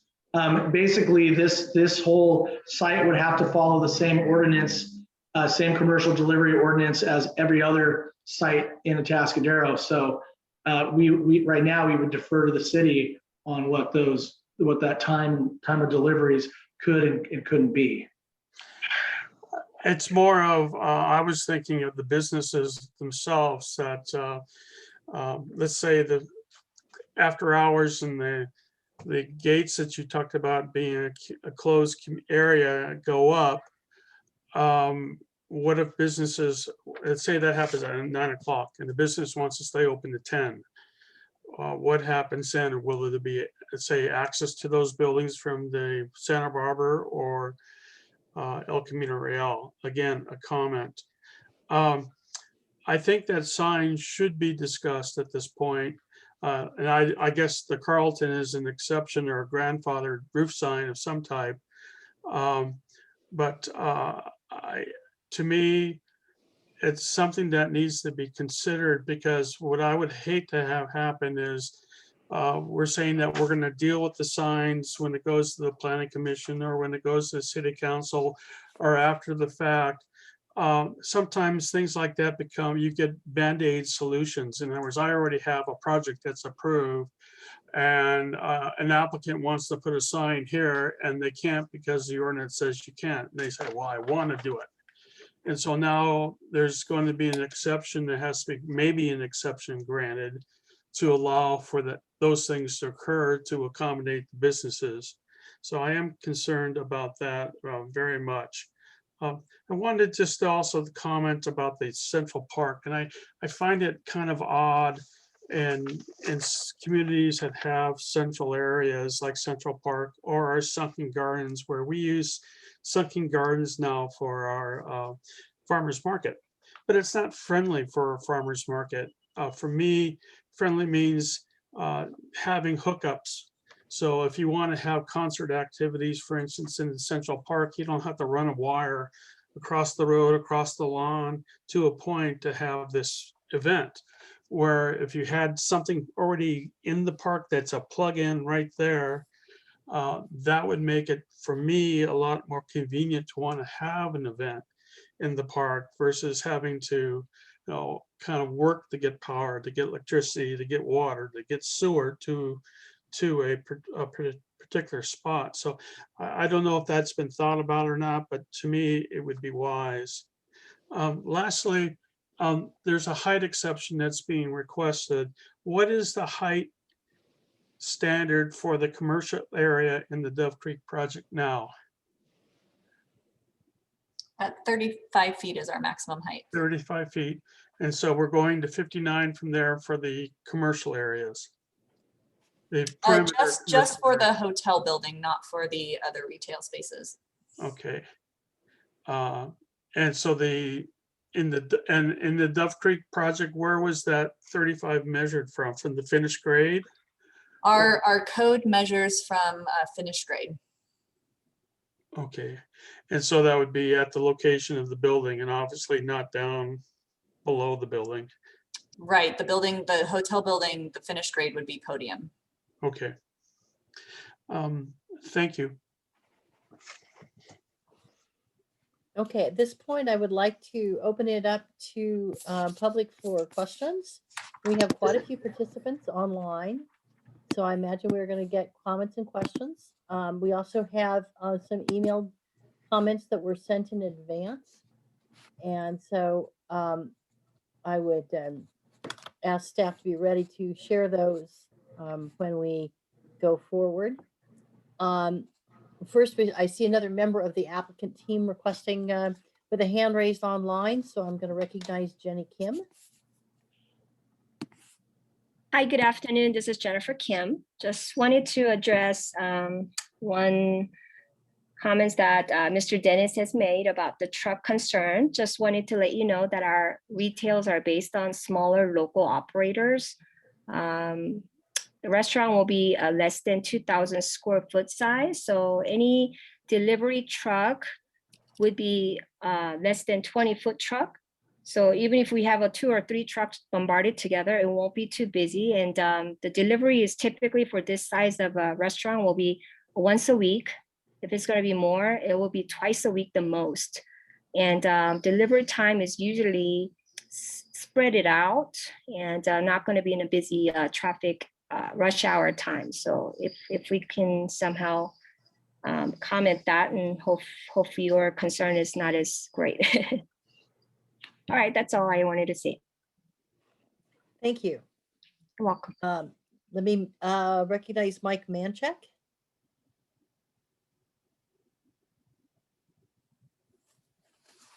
Can you hear me okay?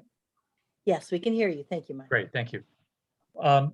Good afternoon. I am Mike Manchak. I'm a North County resident and have been for many years. And I want to thank you for this opportunity to speak. I really am quite excited about working with CalCoastal Communities. It's really a local company that is working hard to create amenities and even affordable housing for the community, which is really needed. Its projects have impacts that are really helping to address the long-term challenges that Atascadero continues to face. And I'll talk about that in a minute here. For many years, I've led an economic development organization, as some of you know, that helped businesses and local government, Atascadero City, create a more balanced and healthy economy. With this experience to help the community, I believe that I have a unique perspective on our local economy, that's being both the city and the county, and things that our community should consider doing to create more sustainability, resilience, and jobs balance. And I think with COVID, that really resonates. I've learned a lot about Atascadero's economy over the years and potential solutions, whether it's helping to create jobs and businesses by providing them resources, helping the community better understand our economy, which is really important as well. And then, of course, help them measure and plan for the local economy. But over the years, my team and I would work with the county and throughout the county and with the city of Atascadero. And although I would say it was especially rewarding to help Atascadero because of its can-do attitude, as well as for many people know that Atascadero has a very collaborative approach working with businesses and helping them. And the way that its residents care about the community and its future were really rewarding, I think, for me professionally and personally. But as Atascadero continues to work to creating even more economic resilience post-COVID, and really try to hit upon this jobs imbalance that we keep struggling with as a community, the need is especially true as our economies recover during this time.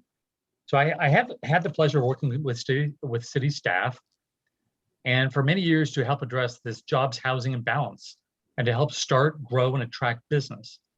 The city's imbalance, as you call it, as it's called, the housing jobs imbalance, is best described as not having enough jobs, especially head of household jobs, causing residents to work outside of the city or even further distances. But because it is not generating enough taxes that are being spent elsewhere by residents, it's really losing residents as well in some cases because of the lack of jobs. So to have more jobs within the city limits is really important to both the city and the residents. Fewer jobs also create fewer taxes collected from spending outside of the city, thus fewer resources for essential community services that are paid by those taxes. So in closing, I wanted to just emphasize that what is the solution for Atascadero's economy in the future? And really it is about creating more jobs, more business, affordable housing, and greater competitiveness of the local economy. At this economic development nonprofit that I ran, we actually surveyed many businesses, and virtually every business, both inside and outside of Atascadero, when we asked them whether they would move their business or grow their business in Atascadero, everyone virtually would say that the city needs more entertainment and eating options for their employees to consider moving to the city or growing their business there. So we need to maximize the city's competitiveness for this reason. We must help people spend their dollars in Atascadero and create the reasons for them to do so. So in closing, it's projects like this that will help to address challenges facing the local economy and its diversification of jobs, attract more business, create more entertainment and shopping for locals and visitors, create lodging to improve the TOT tax base that we need as a community, and provide more affordable housing.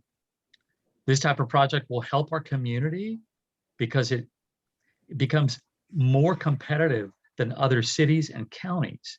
It will help the community do so and also serve the needs of the community and its businesses. So thank you for allowing me the opportunity to share my views and for all the hard work that you do on this committee. Thank you, Mike. And I'll note that we're not as formal here in DRC as the city council meetings where you have a big yellow timer that counts you down to 3 minutes. But we do have quite a few folks who are attending and maybe wanting to weigh in on some comments. And so I want us to encourage us to be mindful to try and keep our remarks in the 3-minute range so that we can allow room for those who want to comment and speak. So if you want to speak, please use the raised hand function on Zoom to let us know. I'm watching for those. And if you want to, if you're on the phone, and we do have a call-in listener, it's what, *9? Okay, *9 to raise your hand. Yeah, and do feel free, even if you see other people's hands raised, go ahead and raise all your hands so we make sure we get to you in order. Yeah, thank you. It puts you up in line so that I can see who's gotten their hands right. So let me next recognize Kristen Tucker.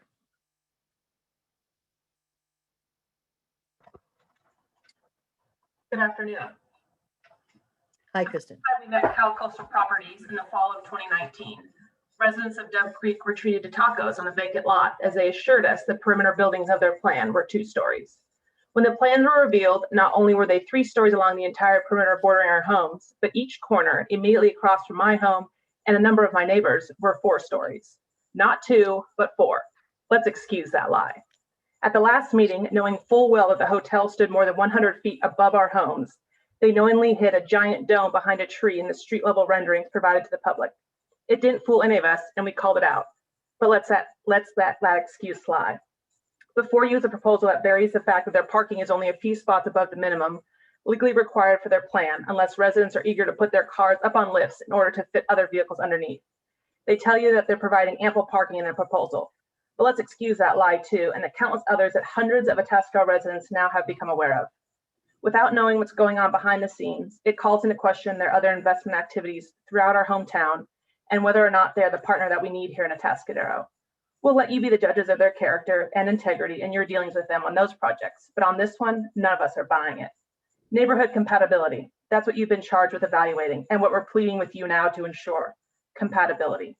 This is Atascadero. This is not Orange County. This is not Pismo Beach. This is not downtown San Luis Obispo, nor is it Paso Robles. This is Dove Creek in South Atascadero. It's an awesome community of friendly people from all over the country. Many new faces here with new homeowners and growing families. We are not opposed to residential. We are not opposed to low or moderate income housing. Many of our friends and families benefit from, or in many cases rely on it. We are not opposed to retail development. We are not opposed to sharing our space with new people and much needed commercial businesses. Rather, we are adamantly opposed to high density 3- and 4-story buildings built upon a multi-acre platform in our residential space. All of what Cal Coastal Properties has provided to you in versions 1, 2, 3, and now 4 is what you refer to as neighborhood incompatibility. Thank you. Thank you for your comments. Next up, I see John Tucker. Hello, thank you for the opportunity. I did want to start by reminding everyone on the call today that the first charge of the Design Review Committee per Atascadero's municipal code is to, quote, maintain the rural character and identity of Atascadero. Today you have an out. A year and a half ago, Cal Coastal Properties stood in front of the Atascadero City Council after what my household humorously called the Feral Cat Symposium and heard our leaders make recommendations. They wanted assurance that this development was truly live work. Councilmember Funk, who sits on this panel today, specifically requested less density. Councilmember Newsom expressed her concern regarding the hotel and the safety of the residents next door. Councilmember Fonzie shared the same concerns regarding the hotel, and when looking at the proposal as a whole, expressed that it is, quote, really tough to see this. Finally, Councilmember Bourbeau, as a word of caution, expressed to Cal Coastal that there were no guarantees with this one, a sentiment expressed by Mayor Moreno before the meeting adjourned. Look at what is in front of you today. A year and a half and multiple versions later. Did the massing reduce significantly? Were the concerns over the hotel appeased? Or questions answered and assurances given about compatibility? Is it less difficult to envision this thing being constructed within Dove Creek than it was a year and a half ago? What about building scale? Did shaving off a floor, something that the developer said would make this property impossible to build, make this more Dove Creek or more South Atascadero? Does a vision of cars on lifts alleviate your concerns about density and parking within this planned development when they only just meet the legal minimum without those lifts? None of this alleviates our concerns either. Nothing that Cal Coastal has done the last year and a half has illustrated any effort whatsoever to address your direct and very specific concerns and ours. When my wife and I first noticed that lying was systemic at Cal Coastal, we began reaching out to our community. Shortly after, we were treated with an email from a senior member of their team with attorneys in copy, implying that there would be legal consequences if we continued down the path that we were on. Fortunately, cooler heads prevailed on their side, and it was followed up by a new and failing strategy of pretending that we don't exist at all. And here we are today, evaluating yet another assembly of the same amorphous mass bearing a slightly different shape, but reeking a bit more from age and too much that can't be unseen. The last time we met, a representative of Cal Coastal complained that they had spent more than $60,000 on a project that if they lost density or lost height, their design wouldn't work. That's their words. Well, to Council Member Bourbeau here this afternoon, there were no guarantees. To Jack and Ted of Cal Coastal Properties, find a better design that considers the planned development that it will exist within. The people next door who looked with hope at what their home investments would yield while using the information that was available to them, or else get out. To our elected officials in the Atascadero, you too have an out. You warned Cal Coastal of the consequences of too much ambition, too much greed on a property that they don't even own, and that they need your permission to build whatever they're envisioning on. You have an out, and you have our support. Building a park on a podium with cars stacked underneath it isn't Atascadero, and it's not Dove Creek. Thank you. Thank you for your comments. I'm looking for additional hands to be raised. I see quite a few folks here.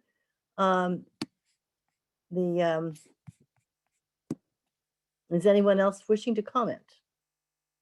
Okay, Mitrail, I'm not going to attempt to butcher your last name. Yeah, don't try. Thank you. Yeah, I would like to be very brief. I live just like I'm now actually facing the lot from my bedroom window. And like, I know there were a lot of good comments. I just want to reiterate that what they've done is it's too big for this lot, too high, too dense. Like there is nothing about talking about neighborhood compatibility. There is nothing there in the neighborhood even remotely reaching the heights that this hotel and the other homes will reach. Like nowhere when you look, there is nothing that is of this height. So like that's it will completely dominate Dove Creek, and it's not, in my opinion, it's not compatible. I'm gonna have this whole development just looking into my bedroom windows and bathroom, which is not what I also want to reiterate, that all of us who were buying this is we were buying with the expectation that it will be retail, which means that there will be not people in the night, there will be not people looking into our windows. And that's kind of why we bought this. By the same token, who bought this plot also knew exactly that according to the current development, there are no residential units that can be built there. And last part of this is, I think John just before mentioned that it's about the developer saying that if you shave height, if you remove some of the townhomes, it's not commercially viable. I will just say it's just their word. I'm not sure who have seen their books, but I think the neighborhoods would be very happy to work, like some people, qualified people from the neighborhood, to work with them and find solution where they still would make a profit, but something that would be more compatible with the neighborhood. That's it. Thank you very much. Thank you for your comments. Let me next recognize Bob and Sue.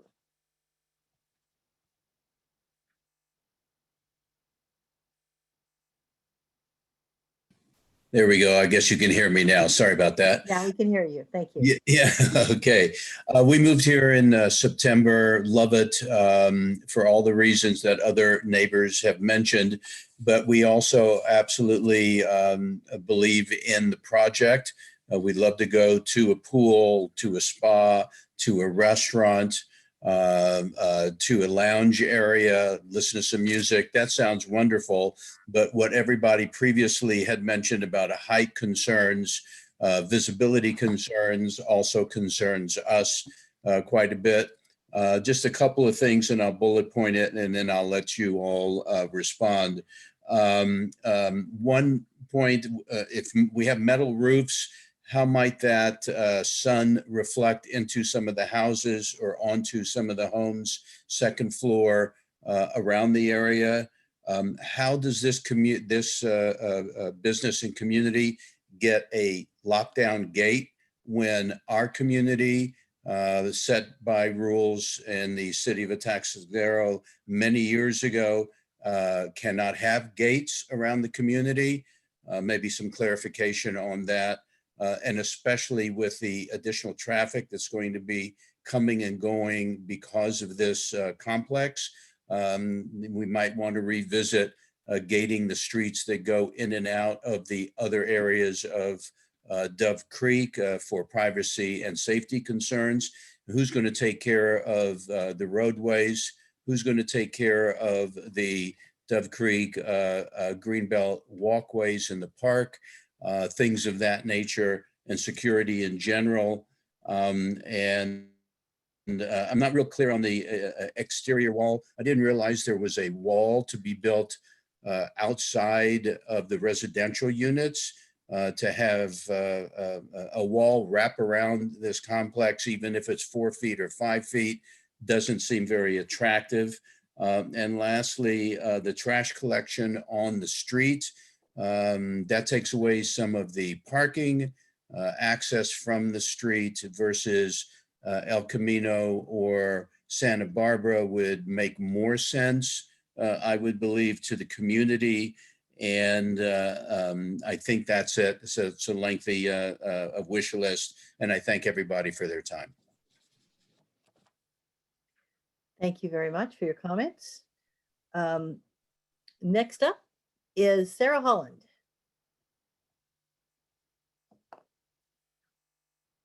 Can you hear me? Now we can hear you. Okay, perfect. I'm calling in as a Dove Creek resident. I am a mom, and so I'm kind of calling in to speak on behalf of the many, many moms in our community.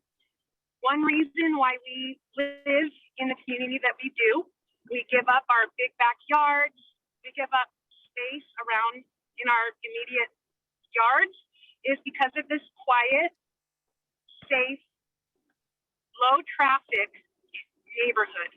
So if you're looking at whether or not this is a good fit for that space, as a mom, it is not a good fit. Currently, there are about 6 boys, 7 and under in our immediate neighborhood, plus another dozen, and we're just talking about one short street in Dove Creek. These kids are outside playing all of the time. You come over at 4 o'clock, 5 o'clock, those kids are outside, which we love. And the parents feel safe not having to helicopter over the kids. With this development going in, that safety goes away. Having that traffic come in on Cashin, that safety goes away. It absolutely impedes our ability to feel safe with our families in the neighborhood. And I urge the committee to rethink this huge development that's going in. It is not conducive to our neighborhood in Dove Creek. Thank you. Thank you for your comments. I am looking for additional hands.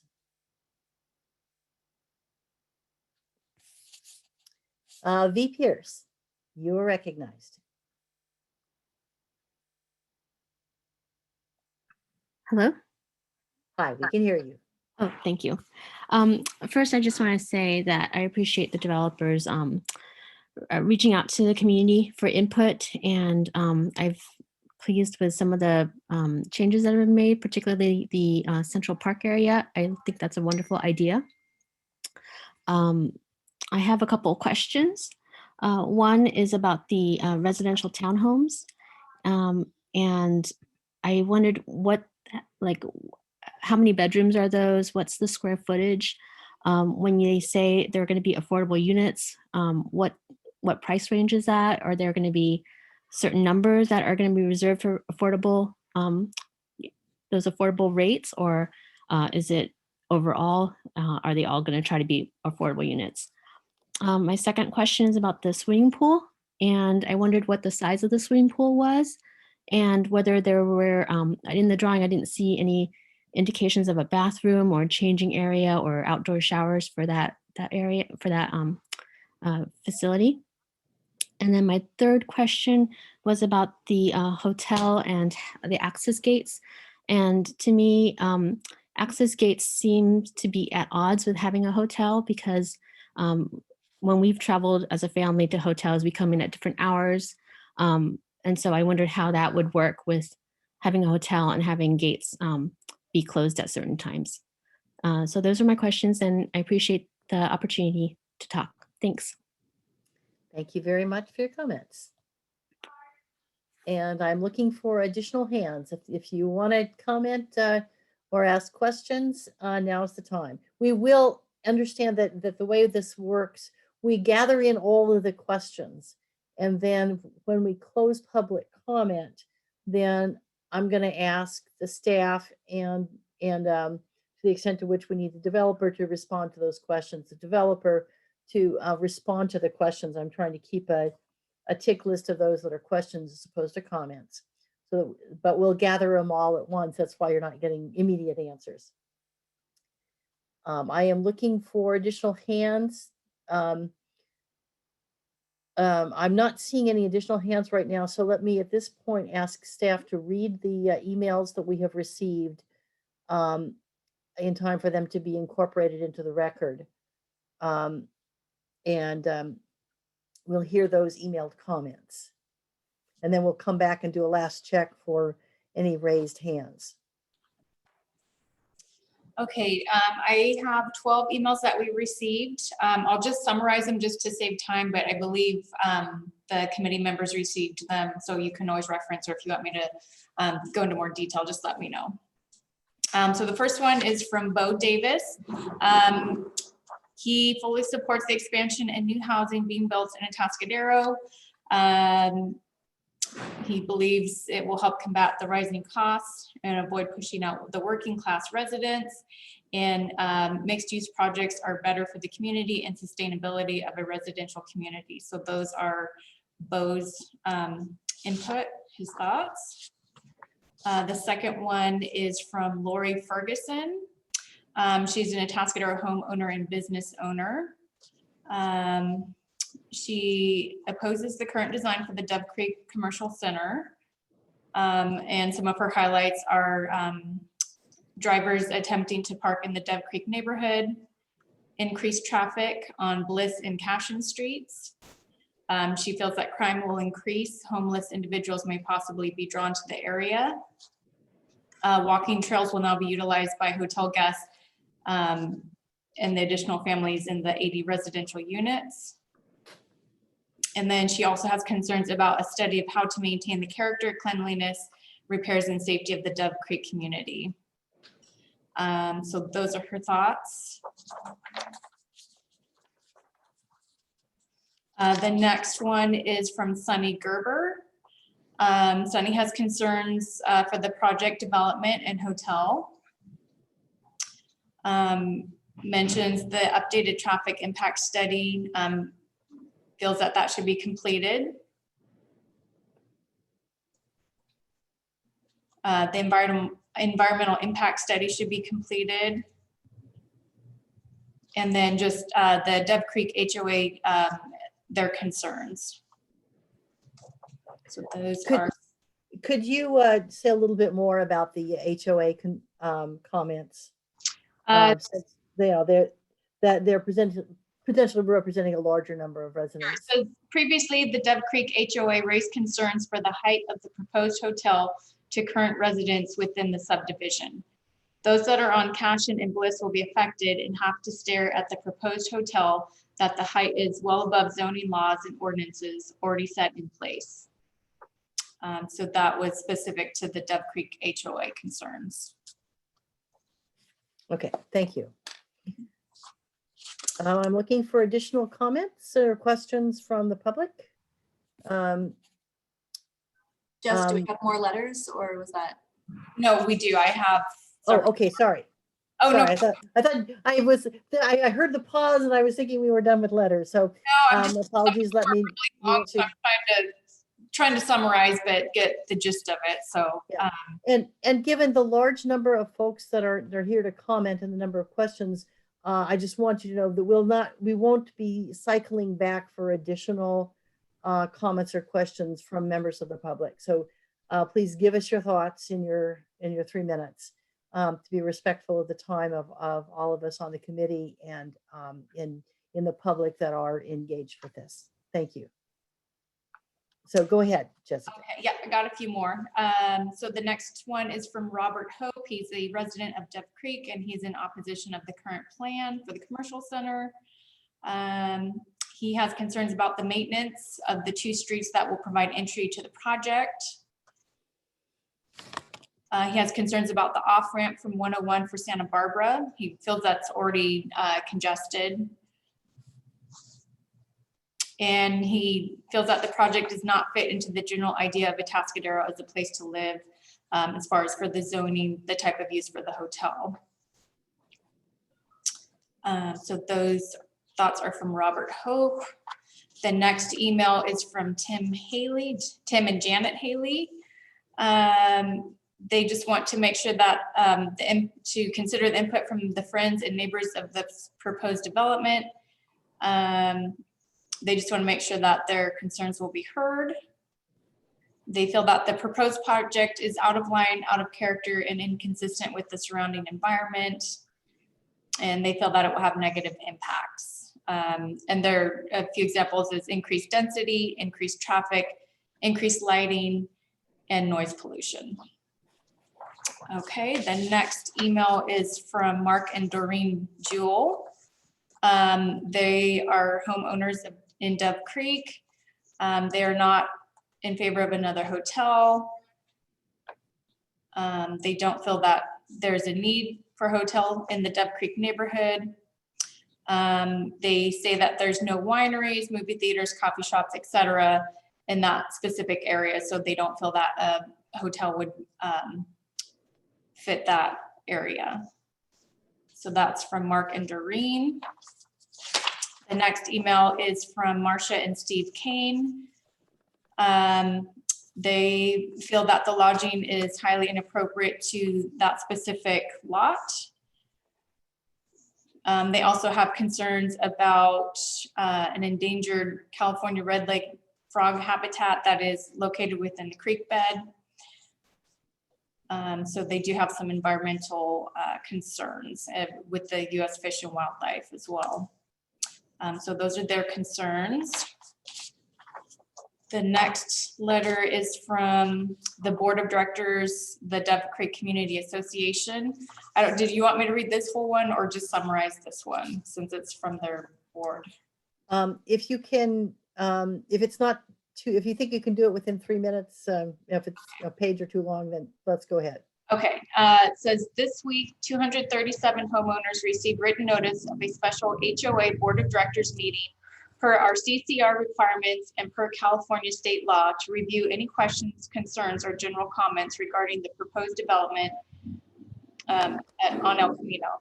The meeting was held on Tuesday, April 27th at 6:30 p.m. via Zoom.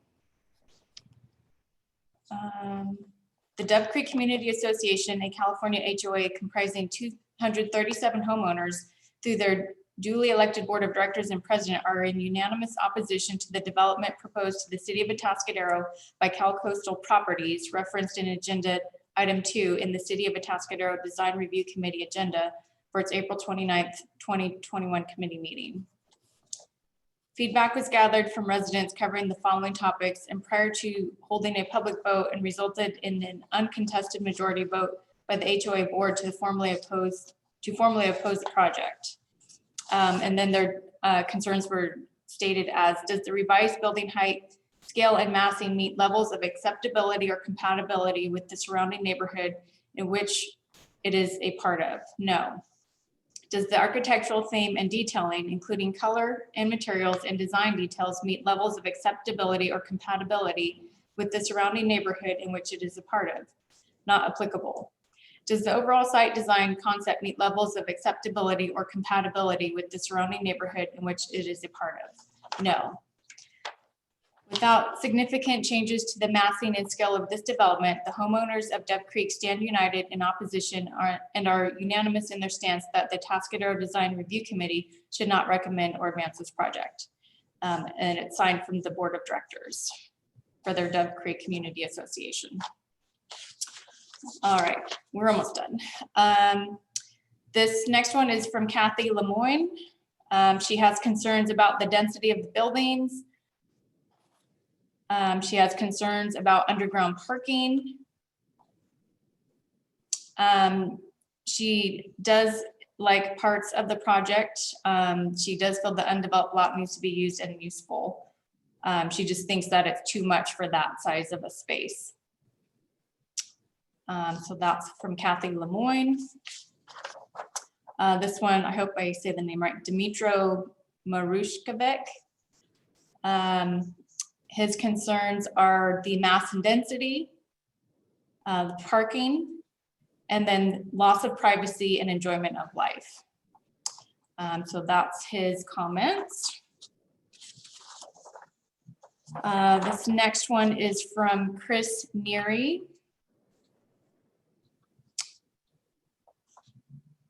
And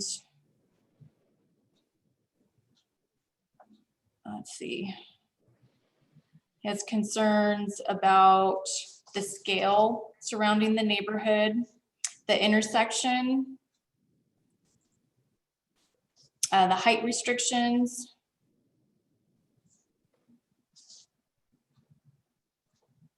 the density, and then he feels that it would decrease the quality of life in the nearby neighborhoods. And he requests the DRC to reject the proposed project. So there's that one. And then the last one I have is Laura and Jonathan Weingarten.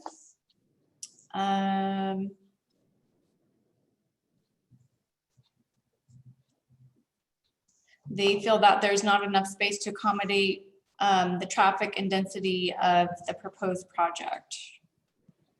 And they want to keep the neighborhood quiet and decrease traffic. And that's all I have. Thank you. And thank you to everyone who took the time to express their thoughts on the project. I see one more hand raised online. That would be Jason Holland.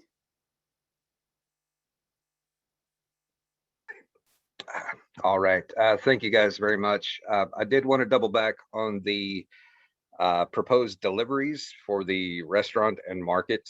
I know the project developer had said that, oh, they're very small scale. And so that would only be a 20-foot truck once or twice a week. I have spent 13 years in the restaurant industry, built one from the ground up. And there is no way to ensure that there are only 20-foot trucks coming and going delivering supplies. That extremely limits the vendors that the restaurant and or market would be able to buy goods and services from. And that would inevitably at some point lead to trucks backing up on Bliss and Cashin. Already narrow streets. If there is parking established on those streets, we're going to have semis stopped blocking traffic. This is not a question of what if, it's a question of when. And not only is that dangerous and impeding the flow of traffic in our neighborhood, it's bad for business. It's loud, it's disruptive, and the project developer cannot guarantee what they have set forth. So I urge the board strongly to send this back to the drawing board because it needs a lot more work.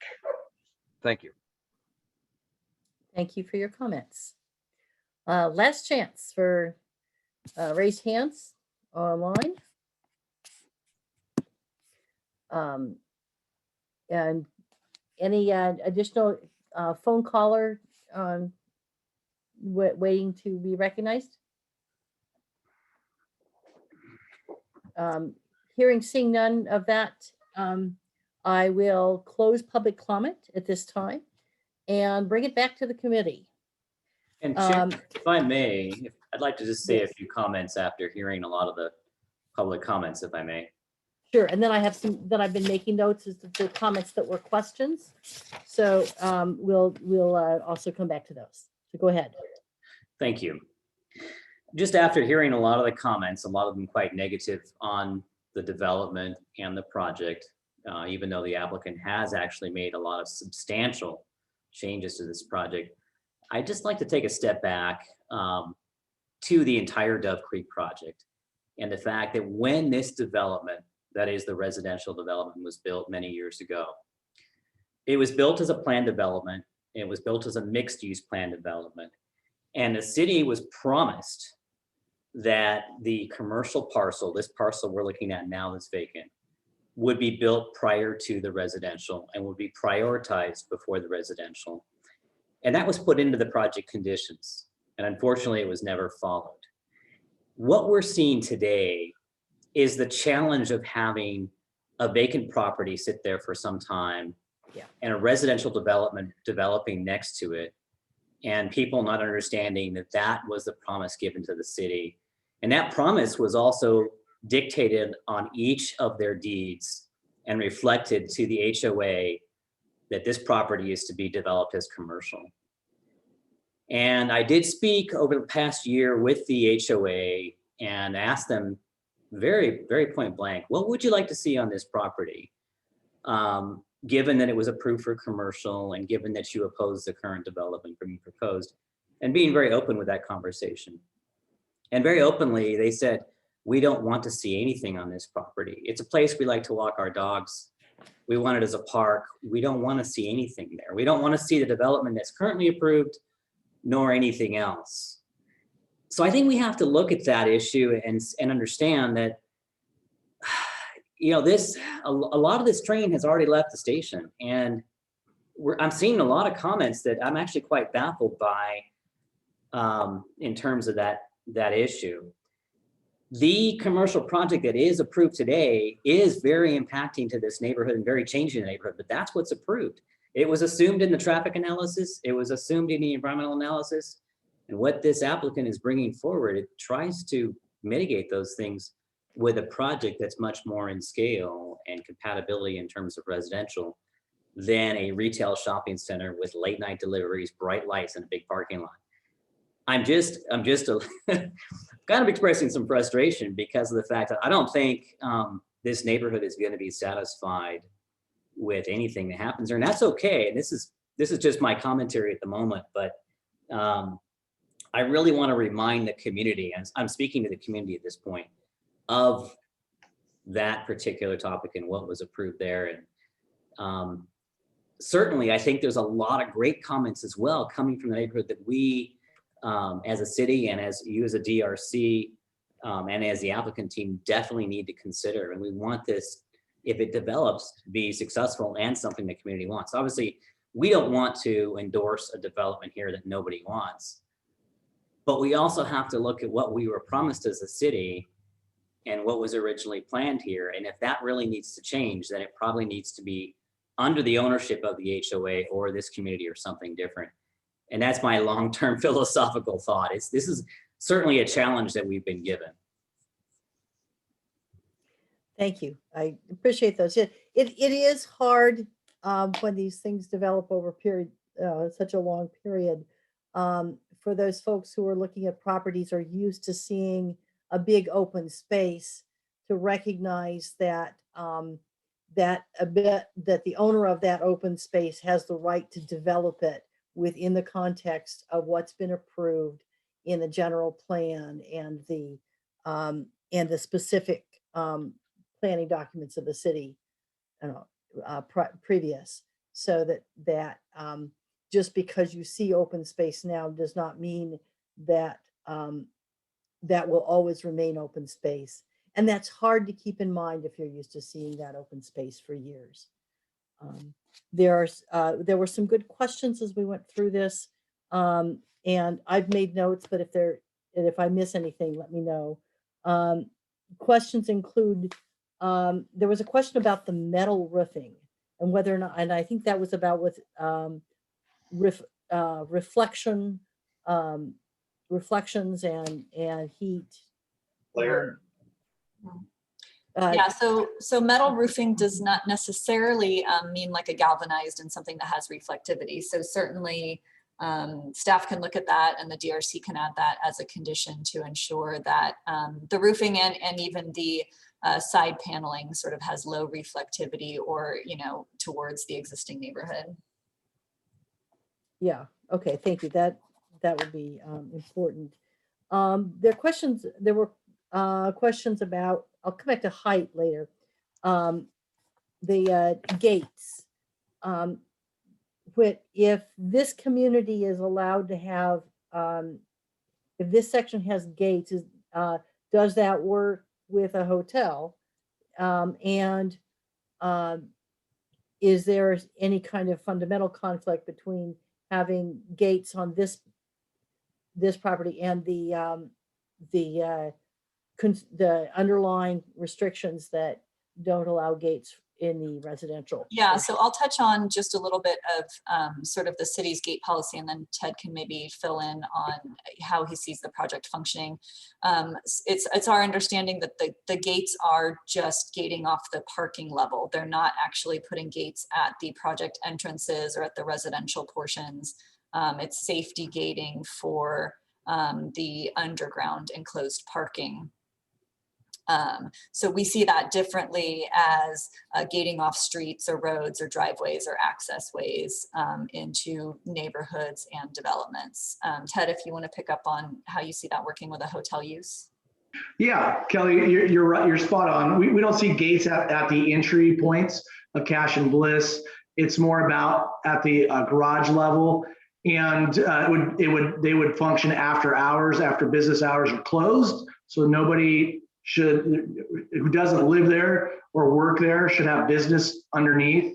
And then from a hotel perspective, just like you get a room key, you get a key to get in, right? Getting out is an automatic. As you leave, the gate opens, but it's the getting in, you use your hotel room key and it acts as the key to get in the gate, and same for the residents who live there as well. That's how it works. Okay, so those would be three things that would allow residents of this portion of the property and homeowners and patrons of the hotel to come and go through the garage, but would be specifically addressing the vulnerability to homeless persons hanging out overnight in the parking garage. That was exactly why we did it. In fact, this kind of comment came out of our community engagement sessions where there was some concern about homelessness, because I guess there's a lot of homeless in the creeks is what they were saying. And that, they didn't want to give another place for homeless to come and shelter and, bring them even further into the community. So we said, hey, the best way to deal with that is let's just do after hours. Let's just put a gate on it. And it actually works very well for the residents living there to make sure their things are safe, right? So it's sensible, it's reasonable, it's done all the time, and we think it's a great application in the design of the project. Thank you for clarifying that. Wall height was one of the questions that came up. Can you compare the height of from the street level level on Bliss? Can you compare the height of the wall to the height that is of the wall that there's around much of the structure of, I believe it's a 6-foot wall around much of Dove Creek, around the residences? So the height of this project wall versus that residential. Yes, I'd be happy to take that on. So please keep in mind the only visibility of this wall would be on the interior of the project, meaning that the residential units along Cash and Bliss will hide or create a visual barrier to 90% of the wall. It's only at certain points in between buildings or at entry points where if you looked all the way through past the buildings, past the street, that you would actually see any potential wall, which would be like, yep, there'd be a little spot right there, some little spots. And by the way, with some simple planting, we can make those walls disappear altogether. So I think the largest portion of the wall would be 15 feet. And then as the grade and topography changes, the wall completely goes away. So, let's also keep in mind that the existing grading has a 10-foot existing wall right on the sidewalk based on the grading, which we are removing, right? So now we're taking that visual barrier that currently exists right on sidewalk and we're pushing it more than 40 to 50 feet further back into the project, and will be completely concealed except for maybe 10% by the existing residential structures. So from a visual impact, I hope that gives some context. Okay, so what you're looking at in Dove Creek in most of that development, you have clusters of homes that are, next to each other and across streets or anyway, entries from other, and most of there are two-story buildings, two-story homes. So That's correct. basically looking at extending, is this extending that same model of two-story residential structures to being across it's a broader street there than the interior streets of the development, but it's the same way as you'd have. Are there differences in the height of the first set of residential units that are allowed on this property versus the ones that are allowed across the street? So all of the residential units, which we're going to call Unit A, which is shown in this diagram, all of those units are at the exact same elevation as the other units across the street, plus or minus whatever grading is required for drainage, which is not much. So it's going to basically be like a mirror image of the existing residents across the street. And that's going to wrap around the entire perimeter of Cashin and Bliss with little, maybe 10-foot to 15-foot slivers at the most, and at the drive accesses, which is like about 24 feet, where you could look in and maybe see a wall 40 to 50 feet away from your perspective if you stood on the sidewalk that was adjacent to the new units. If you were across the street from the new units, then you'd add another 40 and 10, you'd add another 50 feet. So it'd be over 100 feet from your existing residence would you see any kind of wall if you really tried to look either in between the units or at the access points. Okay, thank you. The Sure. wall is far inside the property as opposed to at its edge. That's correct. It's not along the perimeter. Okay. There was a question about lighting and noise. So you're going to have some of that within any kind of commercial or retail use, which is, as Phil pointed out, has been part of the design of this space since before the residential was constructed. But how that's managed, affects the neighborhood. What at this stage of the process are questions about lighting and noise and order, and are we addressing any of those? Sorry, Deb. So we have a noise ordinance in Tuscadero that limits certain noise levels to certain hours of the day. We have daytime noise levels, and then we have evening and night noise levels. And so any project in the city, any residence, any commercial project, all of it has to adhere to those noise requirements. We also have some lighting standards that prohibit glare, visible source of light from residential neighborhoods onto commercial properties, and that all the lights sort of be shielded and directional. So we have a lot of current ordinance standards that address that. What we also require with building permits is a photometric plan that shows the lighting levels and the lighting levels at the property lines. So we have some current tools to address that in our zoning ordinance. What we've also seen conditioned on a couple projects is like an after hours, maintenance of really low level lighting that's even somewhat below the recommended safety level. And then they're on motion sensors that come up to this recommended safety level if there's motion under those lights. And so we've seen that conditioned on projects as well to even further reduce lighting levels for safety during the evening. Yeah, and we're happy to add the motion, sensors to lighting. I think the thing to really understand is that the existing approved project, an open parking lot with those buildings that are 40 feet to 44 feet above sidewalk level, that would have created way more light and way more noise. And by the way, all of those large box stores that were planned, we're going to have lots of 18-wheelers. And that plan, which is, if you take our parking lot, which is almost the same size, it's a little bit bigger, was able to handle all of those deliveries. Our site will be able to handle all of those deliveries. There will not be queuing happening out on Cashin and Bliss. there is a large band that wraps around the entire inside perimeter close to the hotel that will allow for staging of deliveries if necessary. And if you look at, you know, how many trucks that is, I mean, I'm guessing we could get minimum on the low end 3 on each side, so 6, but I'm thinking more like 5 on each side. So between 6 to 10 trucks could be being you know, queued or staged, while two other trucks would be doing their delivery. So I see a total of 12 18-wheel full-size tractor trailers being able to fit underneath this podium and do the deliveries, which I don't think I've ever seen 12 tractor trailers happen all at once on typical, you know, retail centers.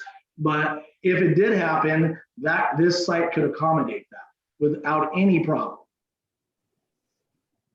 Thank you.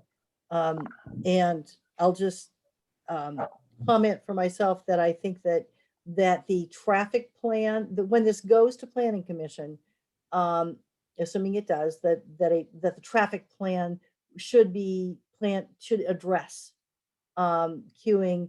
I hear the description and I can see that the space is there. I also don't want to stand in a parking garage that's got several 18-wheelers spewing diesel fumes waiting to load and unload.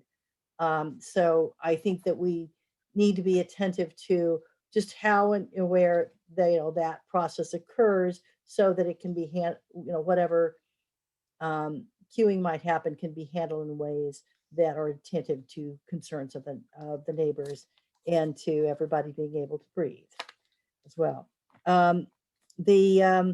There was a question with regard to the overall height. Let me come back to that.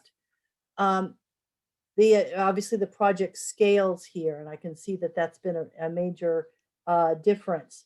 So when you're standing at ground level on say at the roundabout there at Cashman and Bliss, as you're, or in the homes that are there along the frontage at I guess that's the Bliss frontage, the effect of this stacked height, basically, if you're just thinking of it in terms of, you know, how much sunlight does that block to the units ultimately, you know, the morning sun is going to hit their windows a little bit later, but do we have any sense about what kind of impact that would actually be?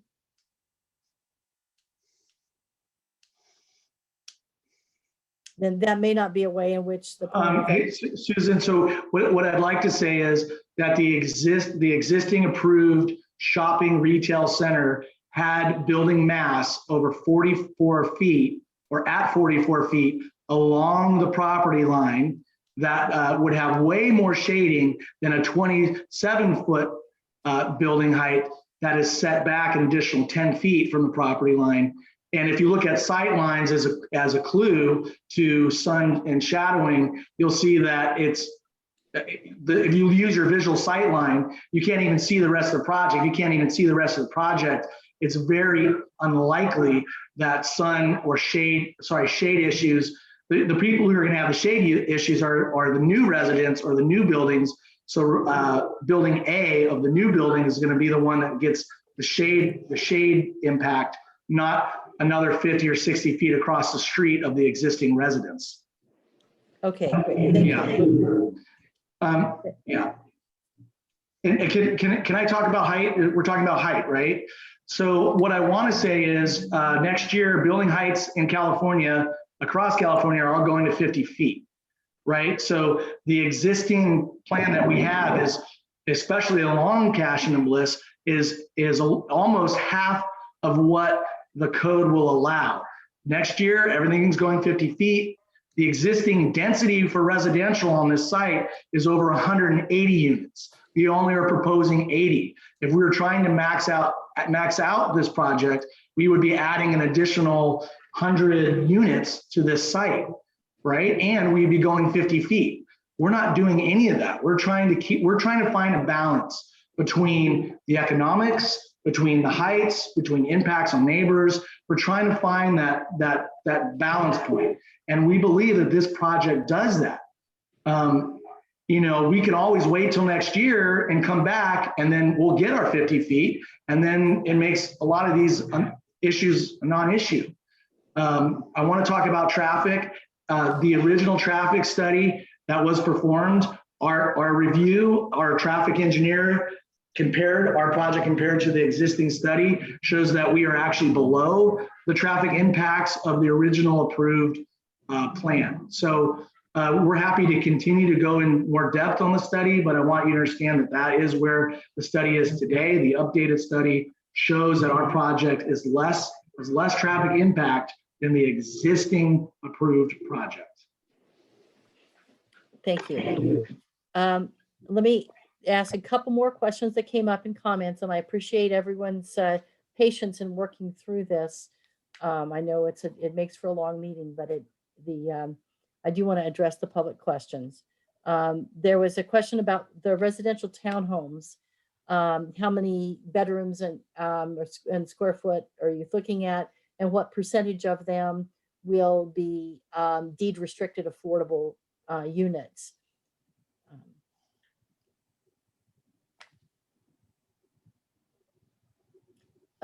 Kelly or Ted, who wants to address that one? Did you want to take that one? I don't know if I have your floor plans pulled up right now. Yeah, no worries.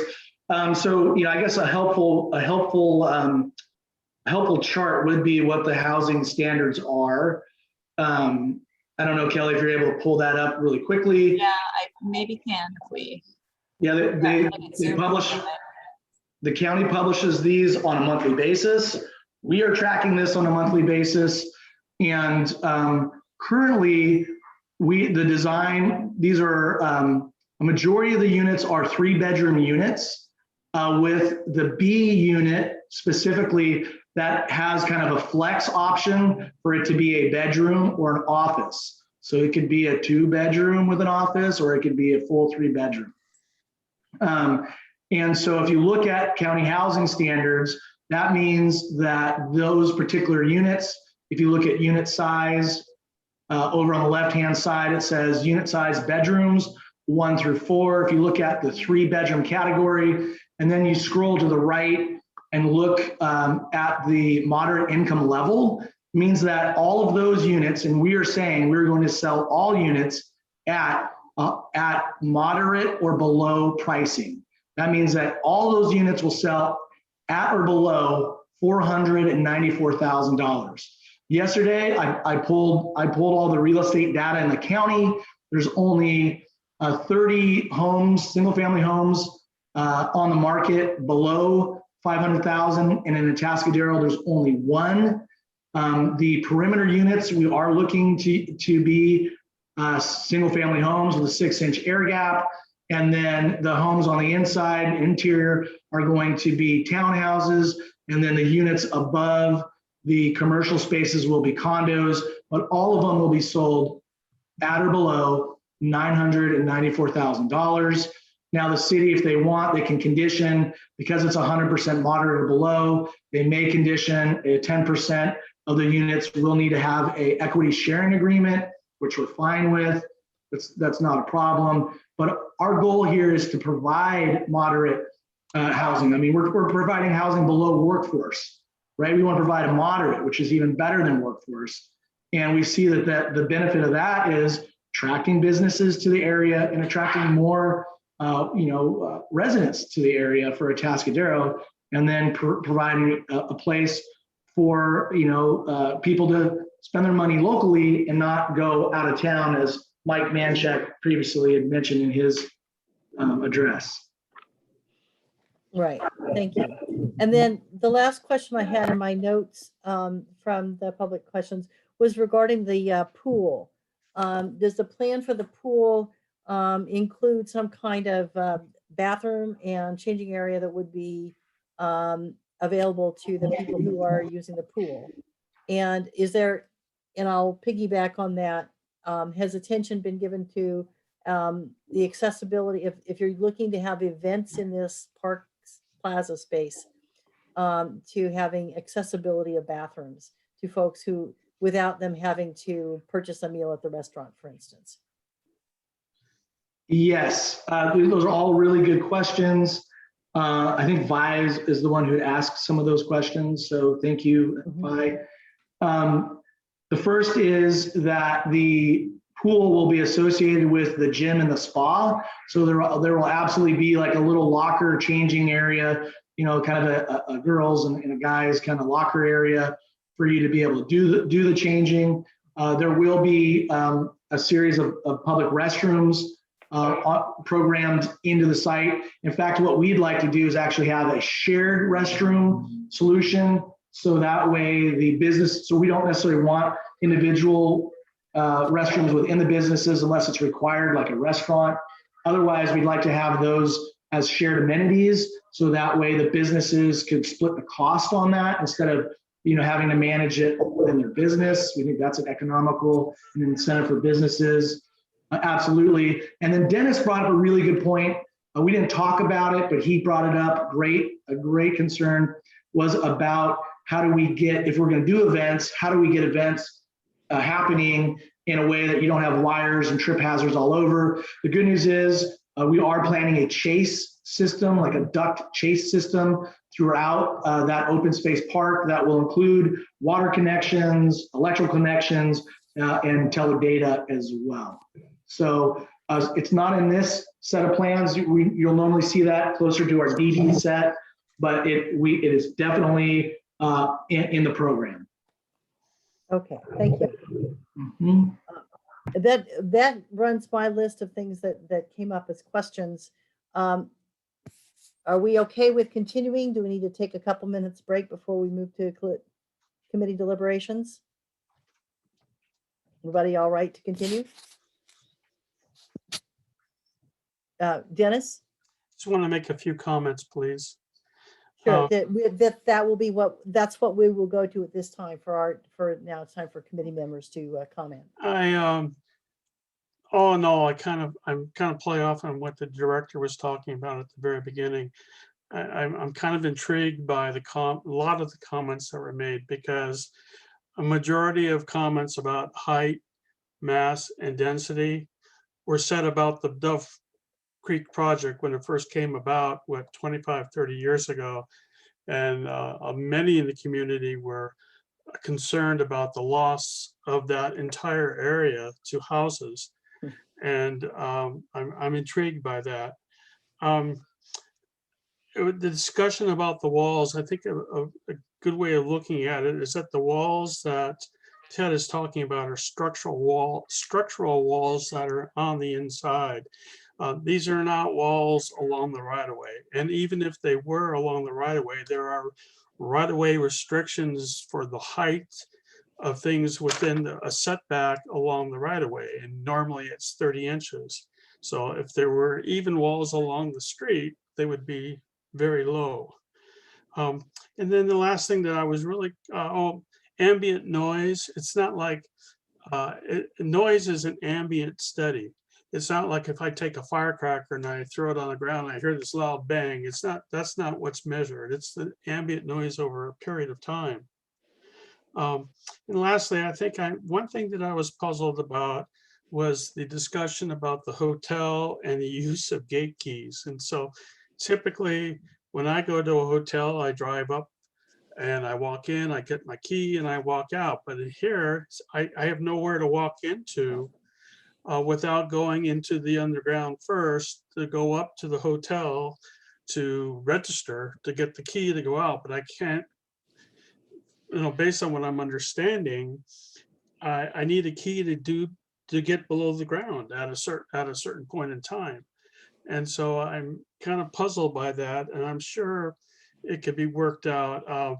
I really have to commend the applicant. I believe I've been through this stuff a lot, and I believe they've done a great job at trying to address all the comments that have been made. Excellent job. May I interrupt real quick? Yeah.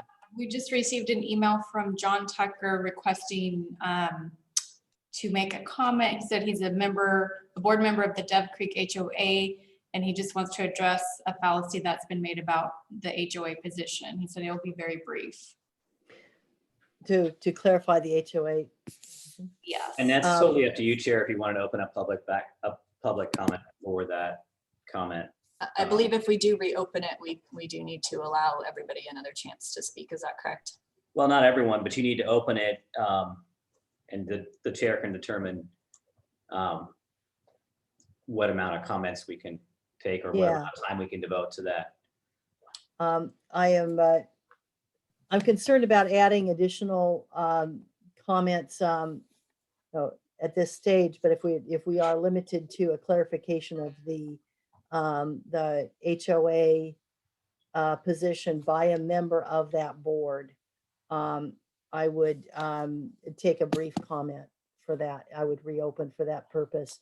And then after we have that, before we go on to deliberations, I do want to take about a 3-minute bio break so that we can all stretch a little bit and be fresh in our deliberations.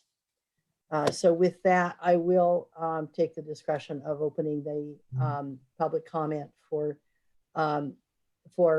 any brief remarks that are clarifying official positions. Thank you very much. Sorry about squeezing back in here. I promise I will be very brief. I did want to address, just because Phil made a comment earlier about having met with the HOA to discuss this project. I'm on the board of the HOA and we've had no such conversation. We are obviously, myself in particular, we're probably the most active member in this process, and I take a little bit of offense to assuming that the entire HOA has a standpoint that we don't want anything developed on the lot, because that's actually the exact opposite of the position of pretty much every resident here within Dove Creek. We did, again, hold several meetings, both actually at all 3 of these design committee meetings. We've been communicating with the neighbors. I can name one neighbor that has a standpoint that they don't want anything built on the property. Literally, there are 200 plus neighbors that we have personal relationships with that actually want this property developed. And while we're evaluating what's going to be developed on it, I just want to make sure that that's very clear rather than assuming that we don't want anything built on the property. That's all. Thank you. Okay. Thank you. Thank you for that comment. I am seeing no other raised hands at this stage. So I am going to reclose public comment. And if we can pause ourselves for a brief stretch break, we will adjourn in, we'll come back. We are not adjourning, but we will come back in about 3 minutes.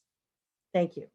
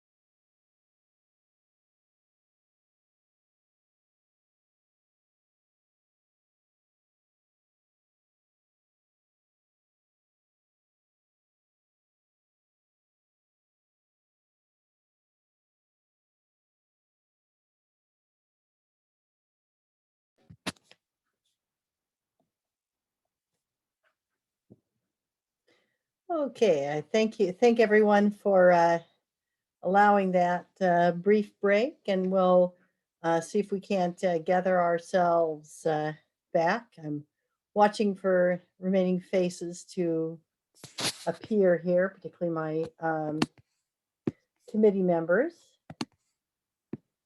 I see Dennis and Jeff. Did we lose Emily? I don't see her on my screen. I see two Susans. Uh-oh, what happened to Emily? Where's Emily? We'll allow for her to come back here. I don't see her on the list. Okay, we'll see if we can, we'll wait a moment to let her get back. And the reason for my split personality is that I have signed on silently without sound or visual from my desktop computer, so that the monitor that's immediately behind the laptop I'm using for the camera has the great big screen on which I can look at the things. I use the same approach when I'm chairing meetings of the Homeless Services Oversight Council, because that puppy's got 3 screens of Zoom. And I'm looking for people across all of that, and it helps to be able to have a bigger visual space. It works. I'm really not trying to get 2 bites at the apple. I am. Yeah, can somebody text Emily and see if she's going to be rejoining us? I'm not sure if I've got her programmed into my computer. Phil, do you have her contact information?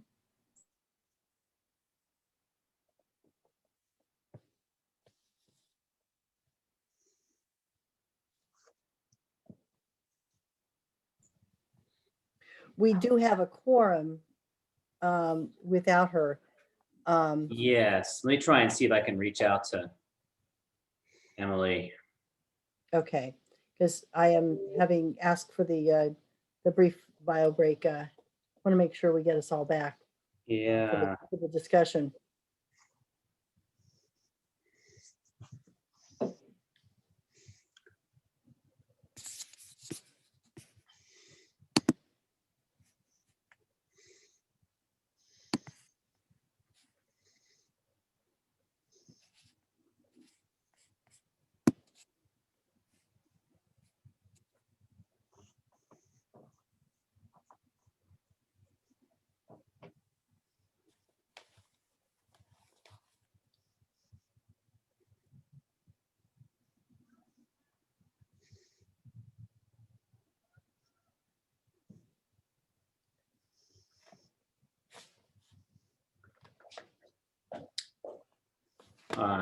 Let's see if we get a response. Okay,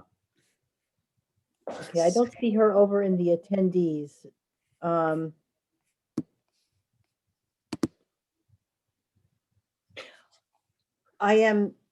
going to go ahead and reconvene us. We need to be able, with respect to everyone's time, with a lot of folks on the in the meeting, both members and attendees. So with respect, I will get us re-going again, and hopefully Emily can come back and rejoin our discussion. So at this point, I want to hear from committee members on your thoughts and feedback as we're digesting all of this input.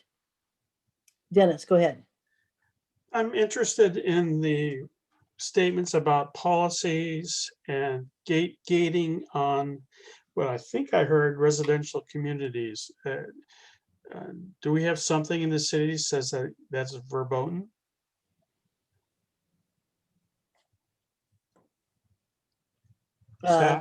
Callie, Phil? We have a long-standing unwritten policy. We prepared a policy to bring back to council, and it didn't happen. Our emergency services department is not overly fond of gates, especially after the time when the San Diego fires happened. There was a large push by our emergency services department not to have gated communities. Even with the bump gates, people don't always know that you need to bump them to open them. And there were concerns about that. There were also concerns about just the general feeling of Atascadero and ensuring that we are a connected community and not, areas that are gated off into individual subdivisions. So that is the gist of the feeling behind staff's direction. I'll add to that. Typically, when we talk about gates, it really comes into the nature of a gated subdivision or a street or a whole neighborhood. If it's a very specific project area, maybe that's looked at in a different light. I think a lot of this came to light when we first evaluated the Lakes project many years ago, and they decided to install gates there. It was a very controversial topic. It definitely changes the feeling and spirit of a neighborhood when it's gated. It might be a little different if there's an underground parking lot and it's gated. That's a different nature. That's a different kind of a thing. And I think that's what they're trying to do here. And they want some control of that underground parking lot, obviously, or some of the private parking areas for residential. So it's a little different. But we certainly, at some point, would be working on a gate policy. While I've got the airspace, I just want to also mention Emily's trying to get back into the meeting. And she lost her meeting space. She's on the phone and she's trying to get on the phone, as she says, as a meme bee. Kelly, do you have that number where she can call? Oh, look, she's there. That's her, that number. Okay. So if we can unmute her somehow, I don't know who has control. Maybe Mariah has control of the unmute, or maybe it's just on her end there. Yeah, I've allowed her to speak, so she should be able to unmute. I think unmuting from it's like a star 9. star 6 Raise unmute. hand. If the button doesn't work, I think. Oh, there we go. There we go. She got it. Okay. Yeah, can you hear me now? Yes. Yes, we can hear you. Great. Welcome back. Thanks Sorry for about finding that. To carry on with that thought, I mean, even the Gates project is not like the Oakland fire area at all in terms of steepness and narrow streets, old narrow streets. I mean, maybe the Atascadero and 1916 type style. But my purpose for bringing it up, and to me, I live on Santa Rosa Road. People use that as a bypass of Highway 101 and 41 all the time, from the lakes past my house to the freeway. It happens every day, 1,000 trillion times. And when I looked at this project and I see the two streets that are coming in, and then understanding that the access to the commercial facilities were below ground at the corners of each of those streets, I also envisioned people taking, instead of going through the red light at Santa Barbara, they're going to turn left and go down past the turnaround and get on the freeway by going out the other street.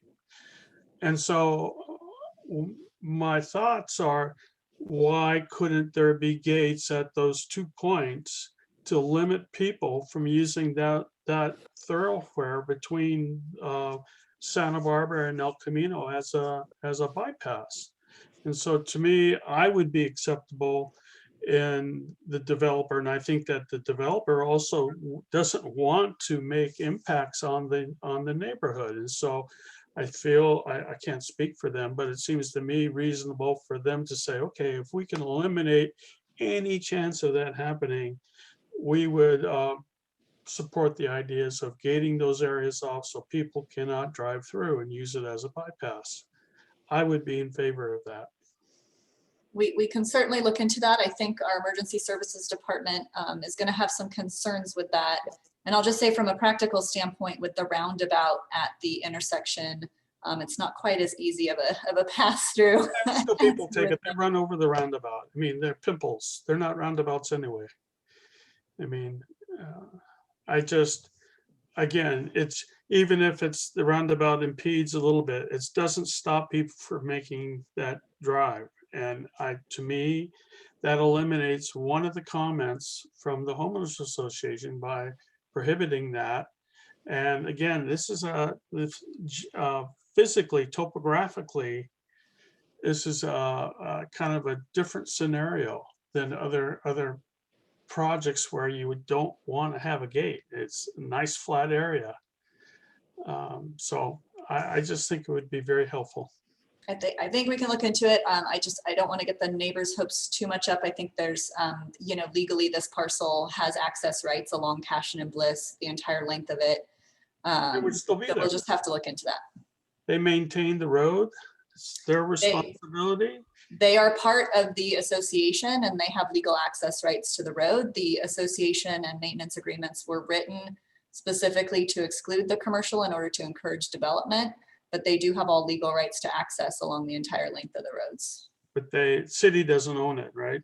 It was not. Correct. It's owned by all of the parcels in Dove Creek, including this parcel. Including this one. Yeah, I'm less keen on that idea just because I think you're zooming along on El Camino Real, and we do have problems with people acquiring a lot of speed through that area. I have in many times they're not seen a lot of not seeing people slowing down to turn into the residential neighborhood, to drive on the streets with side parking, to go through the little roundabout to shortcut. I'm the referring line. to people who use. That's, I don't think you get. If people were going to be doing that, they've been doing it for the last 15 years, and I don't think that's been. And certainly, that's not that aspect of it is not a concern that I've heard with this. Yeah.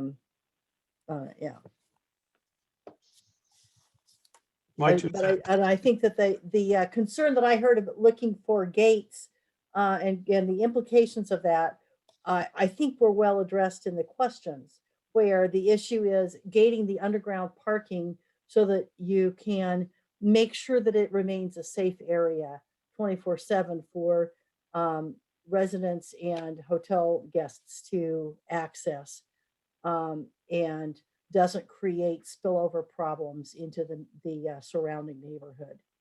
That seemed a pretty logical thing to me, and a good way to manage the challenges that will come with any kind of development on this site, which they have a right to do, to do a development on the site.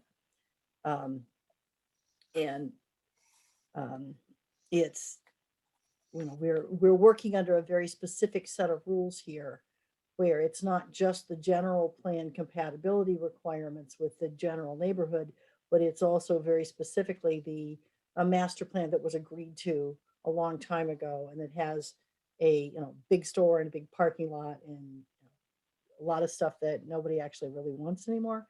But that is what's approved there, and so you're looking at a relative impact to plans, and that's the standard that we're judging by. Other comments from the committee? Sure, go ahead, Jeff. So on Dennis's point, I personally don't think gates are a good idea at all. However, maybe there's a way that we can restrict movement, so they have to do a right out, like onto some of these streets, or left out, so that they don't go through the neighborhoods from the commercial.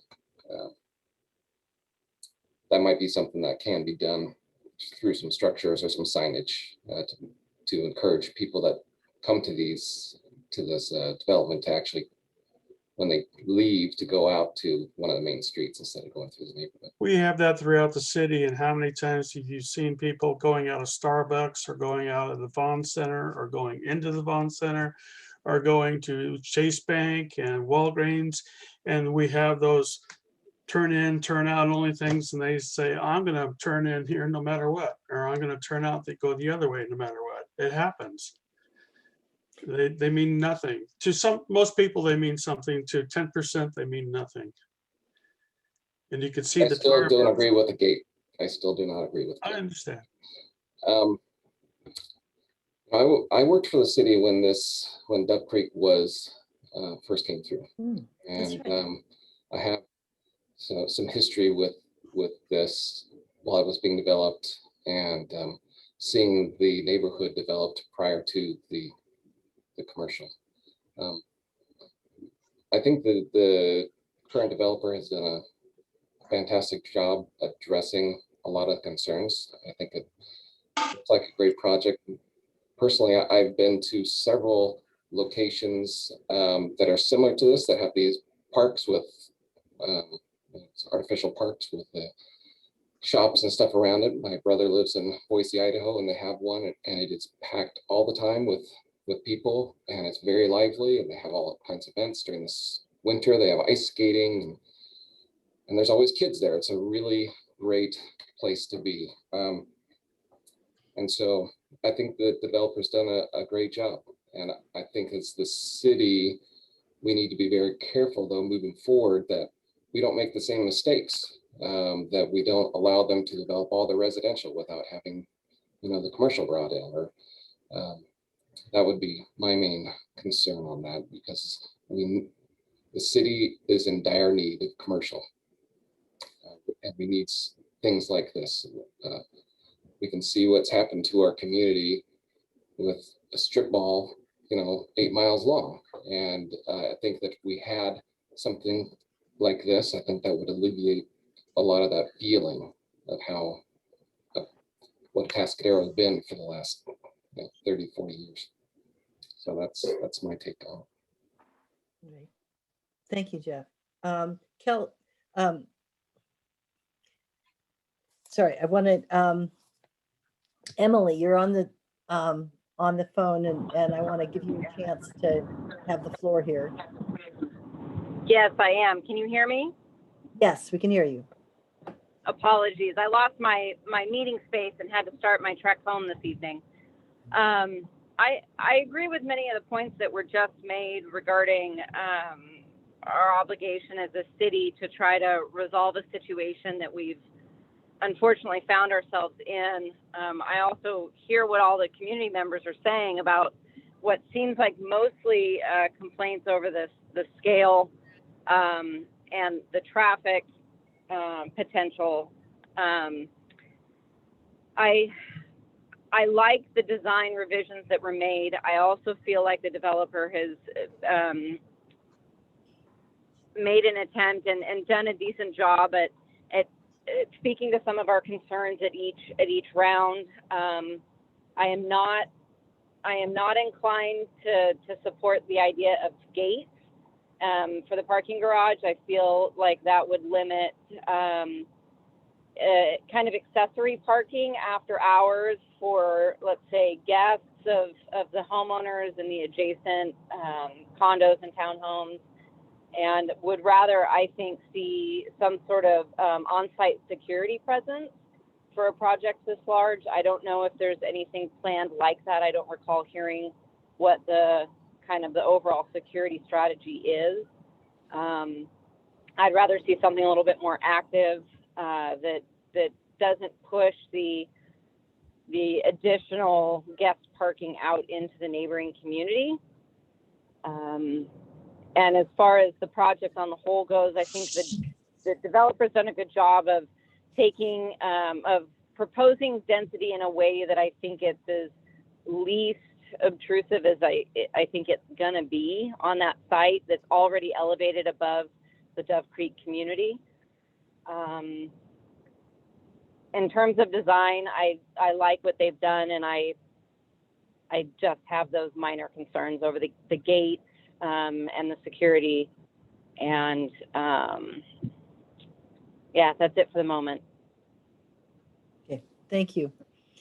I think that the developer has really worked thoughtfully in managing the sight lines. So the concerns that I hear about mass of the project and taking away, to my mind, I think when this is actually built, it looks like it's planned to create a lived experience that is going to be in immediate environs very consistent with what's across the street from it. Yes, there will be more traffic through those entrances.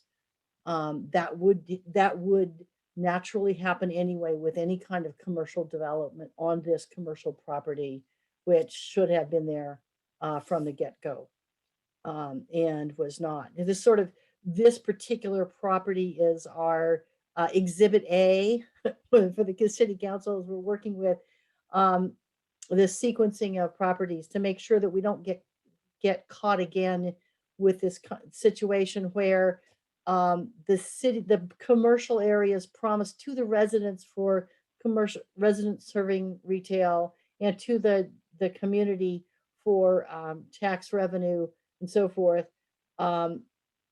never materialize, and the available amount of land for that gets gobbled up until there's hardly anything left.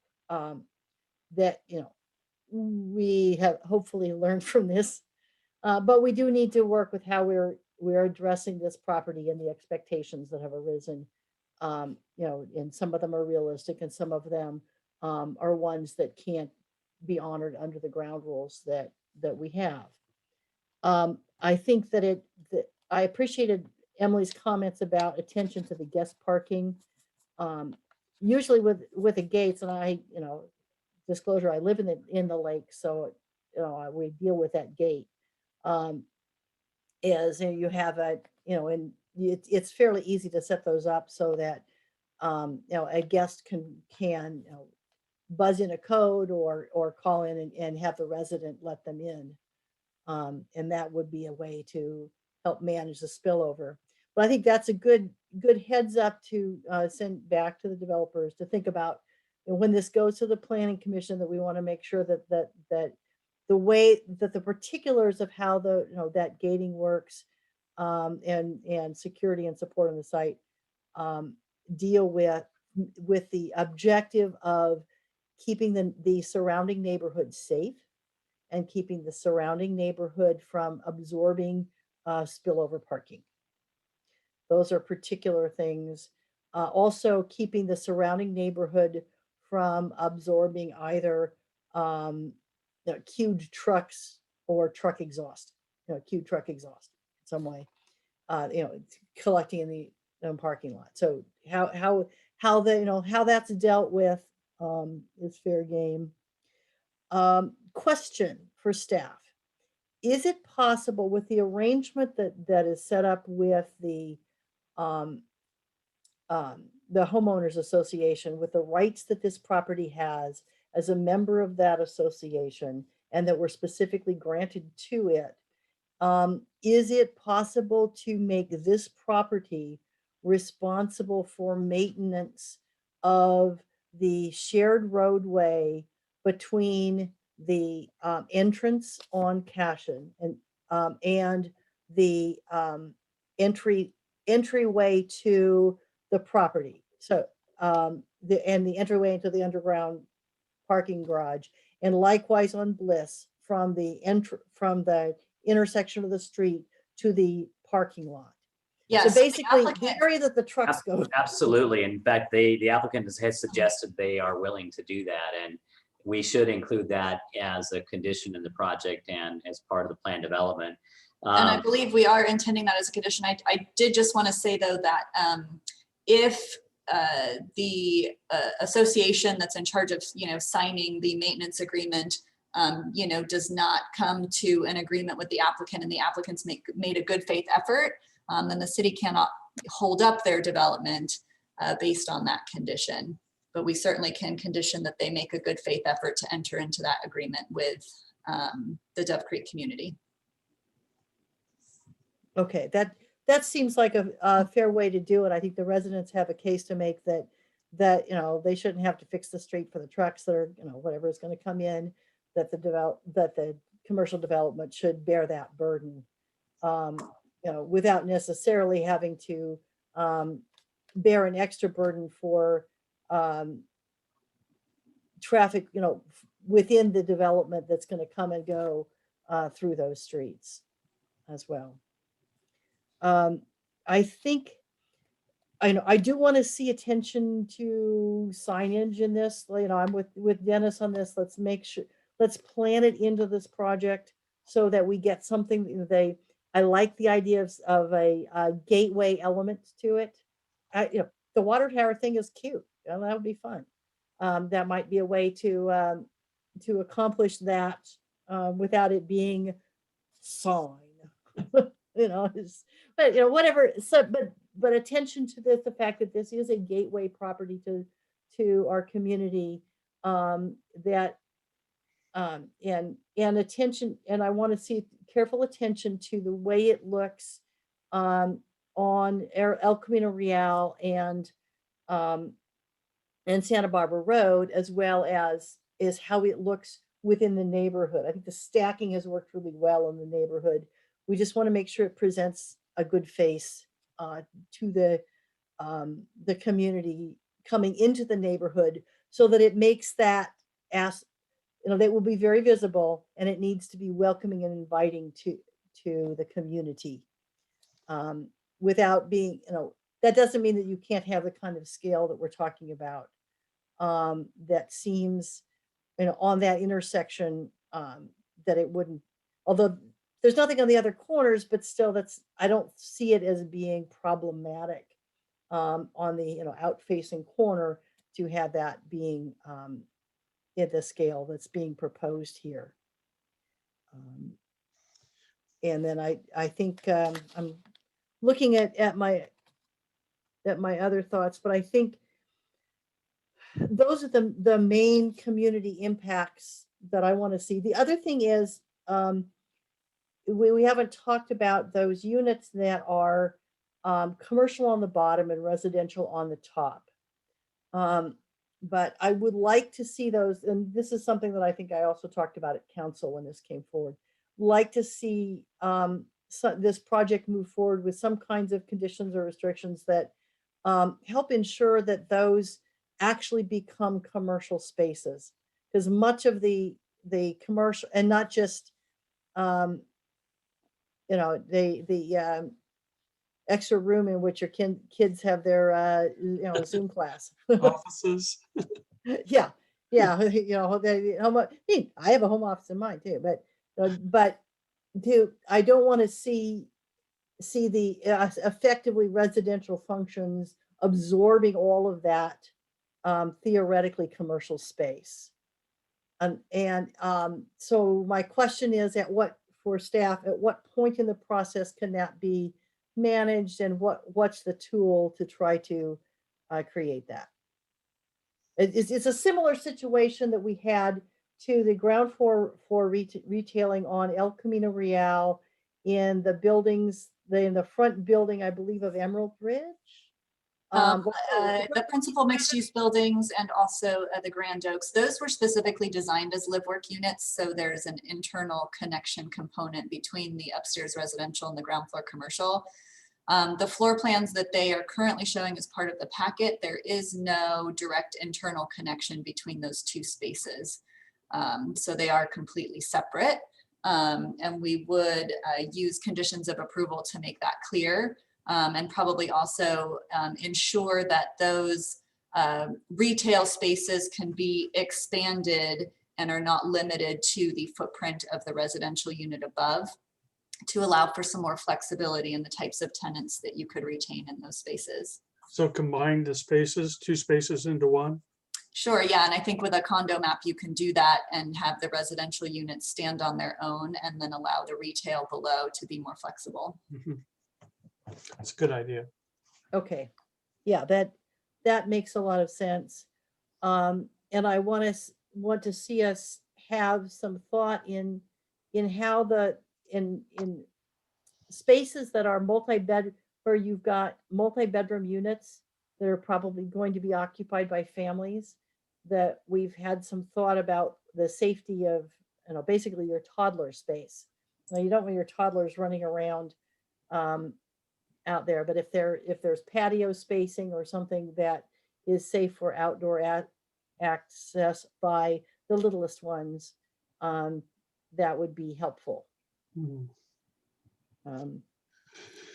I do believe there are some patio and deck spaces planned into all of the units. Okay, you don't need big space for for a toddler, but A but box. to be safe, but it has to, but the toddlers can't go running out on the big, in the big thing with the dinosaur visiting exhibits and so forth, not safely. Okay. That kind of encompasses my major notes here. Dennis, go ahead. I just want to kind of move things on. I appreciate you saying the things that you did. The one thing that I talk about a lot, and I don't know if it could be prevented in this type of format, is what I call the new American family. And that is when you look at single family residences and you have 6 cars parked out front for affordability and everyone's sharing a room. So when you have that scenario, it's difficult to have enough parking to anticipate 6 cars for 1 unit versus 2, which is how these things are planned. So I just want to caution that that's something that might occur depending on how the units are sold. With that, I appreciate the comments about the gateway and the concerns. I think we need to put a lot of attention on that when the project comes back. And if it's okay, I would like to have this project move forward and would make a motion that it does so. I'm happy to entertain the motion at this time. Do I have a second for that motion? I'll second that. Thank you. It's been moved by Member Schmidt and seconded by Member Vanden Eyck. Let me pause for discussion, and Emily, you're on the phone, so anything you want to add in here? Can we add comment after a motion's been made? Yeah. Or recommendations for additional language? Yes. Yeah, this is level. this is discussion on the motion, so we can have discussion on the motion. Yes. Excellent. I'd like to add in somewhere and somehow that staff work with the developer to guarantee a variety of building types and surface materials. I had mentioned before I'd like to see a little bit more plaster or stucco. They said they weren't inclined to use that material in particular, but if we could find a way to just vary the materials, building types, and colors a little bit to ask that it blend a little better with the Dove Creek community, I think that would be good. I like the design that they've come up with. I like that agrarian, contemporary slash, almost like agricultural cottage look, but I just want to make sure that it looks good from the Dove Creek side and that they feel like it fits as well as it can. The motion maker agrees with what Emily has stated and would include that within his motion. Okay. And in terms of, we've given a variety of feedback in this. So question for staff. Does the feedback that we've given need to be incorporated specifically into the motion?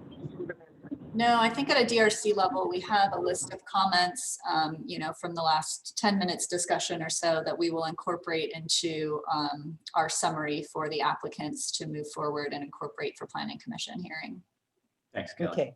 Thank you. I have one comment, and this would be a recommendation for the applicant. Is if they can, I would, if I were them in their position, bringing this to Planning Commission and wanting to get public buy-off, I think I would do a 3D model or something with a fly-through so we could actually see what some of these things look like, what the effect is going to be from somebody's house. And that might go a long way to help smooth things out. That's a great suggestion, because I was hearing a disconnect between the comments that we're hearing and what I see in the plan in terms of the impact. And I know it's harder for me to visualize them than, people vary in how well they can visualize off the plan, let alone off of this version versus the other, prior versions of the plan. So we expect that's as great. staff, we expect that the applicant will provide us elevations and more complete information and 3-dimensional drawings before going forward to Planning Commission. So yeah, absolutely, that needs to happen. And so applicant, if you're there listening, we need more info, and so does the neighborhood. And so yeah, I absolutely agree with that. versus statements that it's the same level of the house across the street. Let's have an elevation that shows houses on across the street in comparison with the houses on the project, so we can physically see it versus hear it.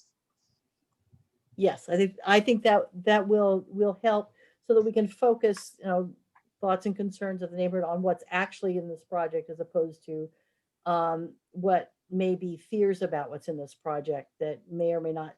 Let's keep it on the, keep focused on the actual, so that, because the comments that are directed at what's actually in the plan help us improve that plan and help us come up with something that really does fit well with the neighborhood. The Dove Creek community is fairly consistent in its architecture. So something that is fairly consistent in its architectural face to that community would, by that dimension, not be inconsistent. But we do want to make sure it stays residential and not have an industrial feel to it just by its mass. I do want to clarify just a little bit of those comments because the original project was sort of a Mediterranean Spanish type theme. It was definitely done in the Santa Barbara style, but a lot of the existing residential units at Dove Creek are also sort of that Spanish style with stucco. And the previous DRC recommendations was to not incorporate that design theme. So I just want there to be a level of understanding that the applicants were directed, not to necessarily be consistent with the existing architecture out there and to go a different route. I don't think Susan was saying that. She said there could be consistency within this project, and that itself would be consistent with Dove Creek, which has a consistent theme. The two would have consistent themes with each other. Separately, but not with each other. Yeah, I just wanted to clarify that. Complementary consistency would be itself consistent. Yes, that's exactly. And Emily, go ahead. Oh, no, I'm just listening. Oh, I'm sorry, did I unmute? Apologies. No, I just see you. I'm probably picking up some noise from your end, or that might be road noise or breathing. Road or whatever. noise, yeah. So the light flashes, and so I just want to make sure, I'm very aware of your presence, even though I can't see you. And want to thank you.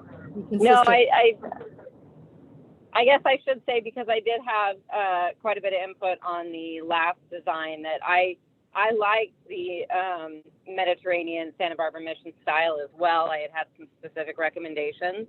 I like both styles very much. I just want to make sure that with whatever style we end up with, that it fits its location, is, it looks good from the side of the Dove Creek neighbors who are going to have to look at it the most, from that kind of from the lower elevation. And I think that can easily be done with the designs they've proposed. I just want to make sure that, some correlation is made between them and some efforts made to make that correlation. Yeah, along the street. Great. Yeah, thank you. So when this comes to Planning Commission, and and applicants be aware that you're hearing about that from the chair of the Planning Commission, about what he needs in his body to make a decision there at that stage. We also need to see the traffic issues, the traffic plan, so that we are attentive to the trucks and the turnarounds that were discussed earlier, to make sure that the roadway width is sufficient for the vehicles that need to use those roadways. That we've attended to the queuing of vehicles, where that's going to occur and how that can be minimized and its impact on the neighborhood. Knowing that any commercial thing you do here is going to have some trucks that come. That's, we just have to think about managing that, and ensuring that the maintenance of the impact of that heavy duty traffic is borne by this development, as opposed to being a burden on the homeowners association in the neighborhood. I'm keenly aware of how much those things cost. Living in one of the, an HOA myself. Okay, that's what I needed to throw into here. any additional discussion that we need to have on this motion? In which case I will call the question.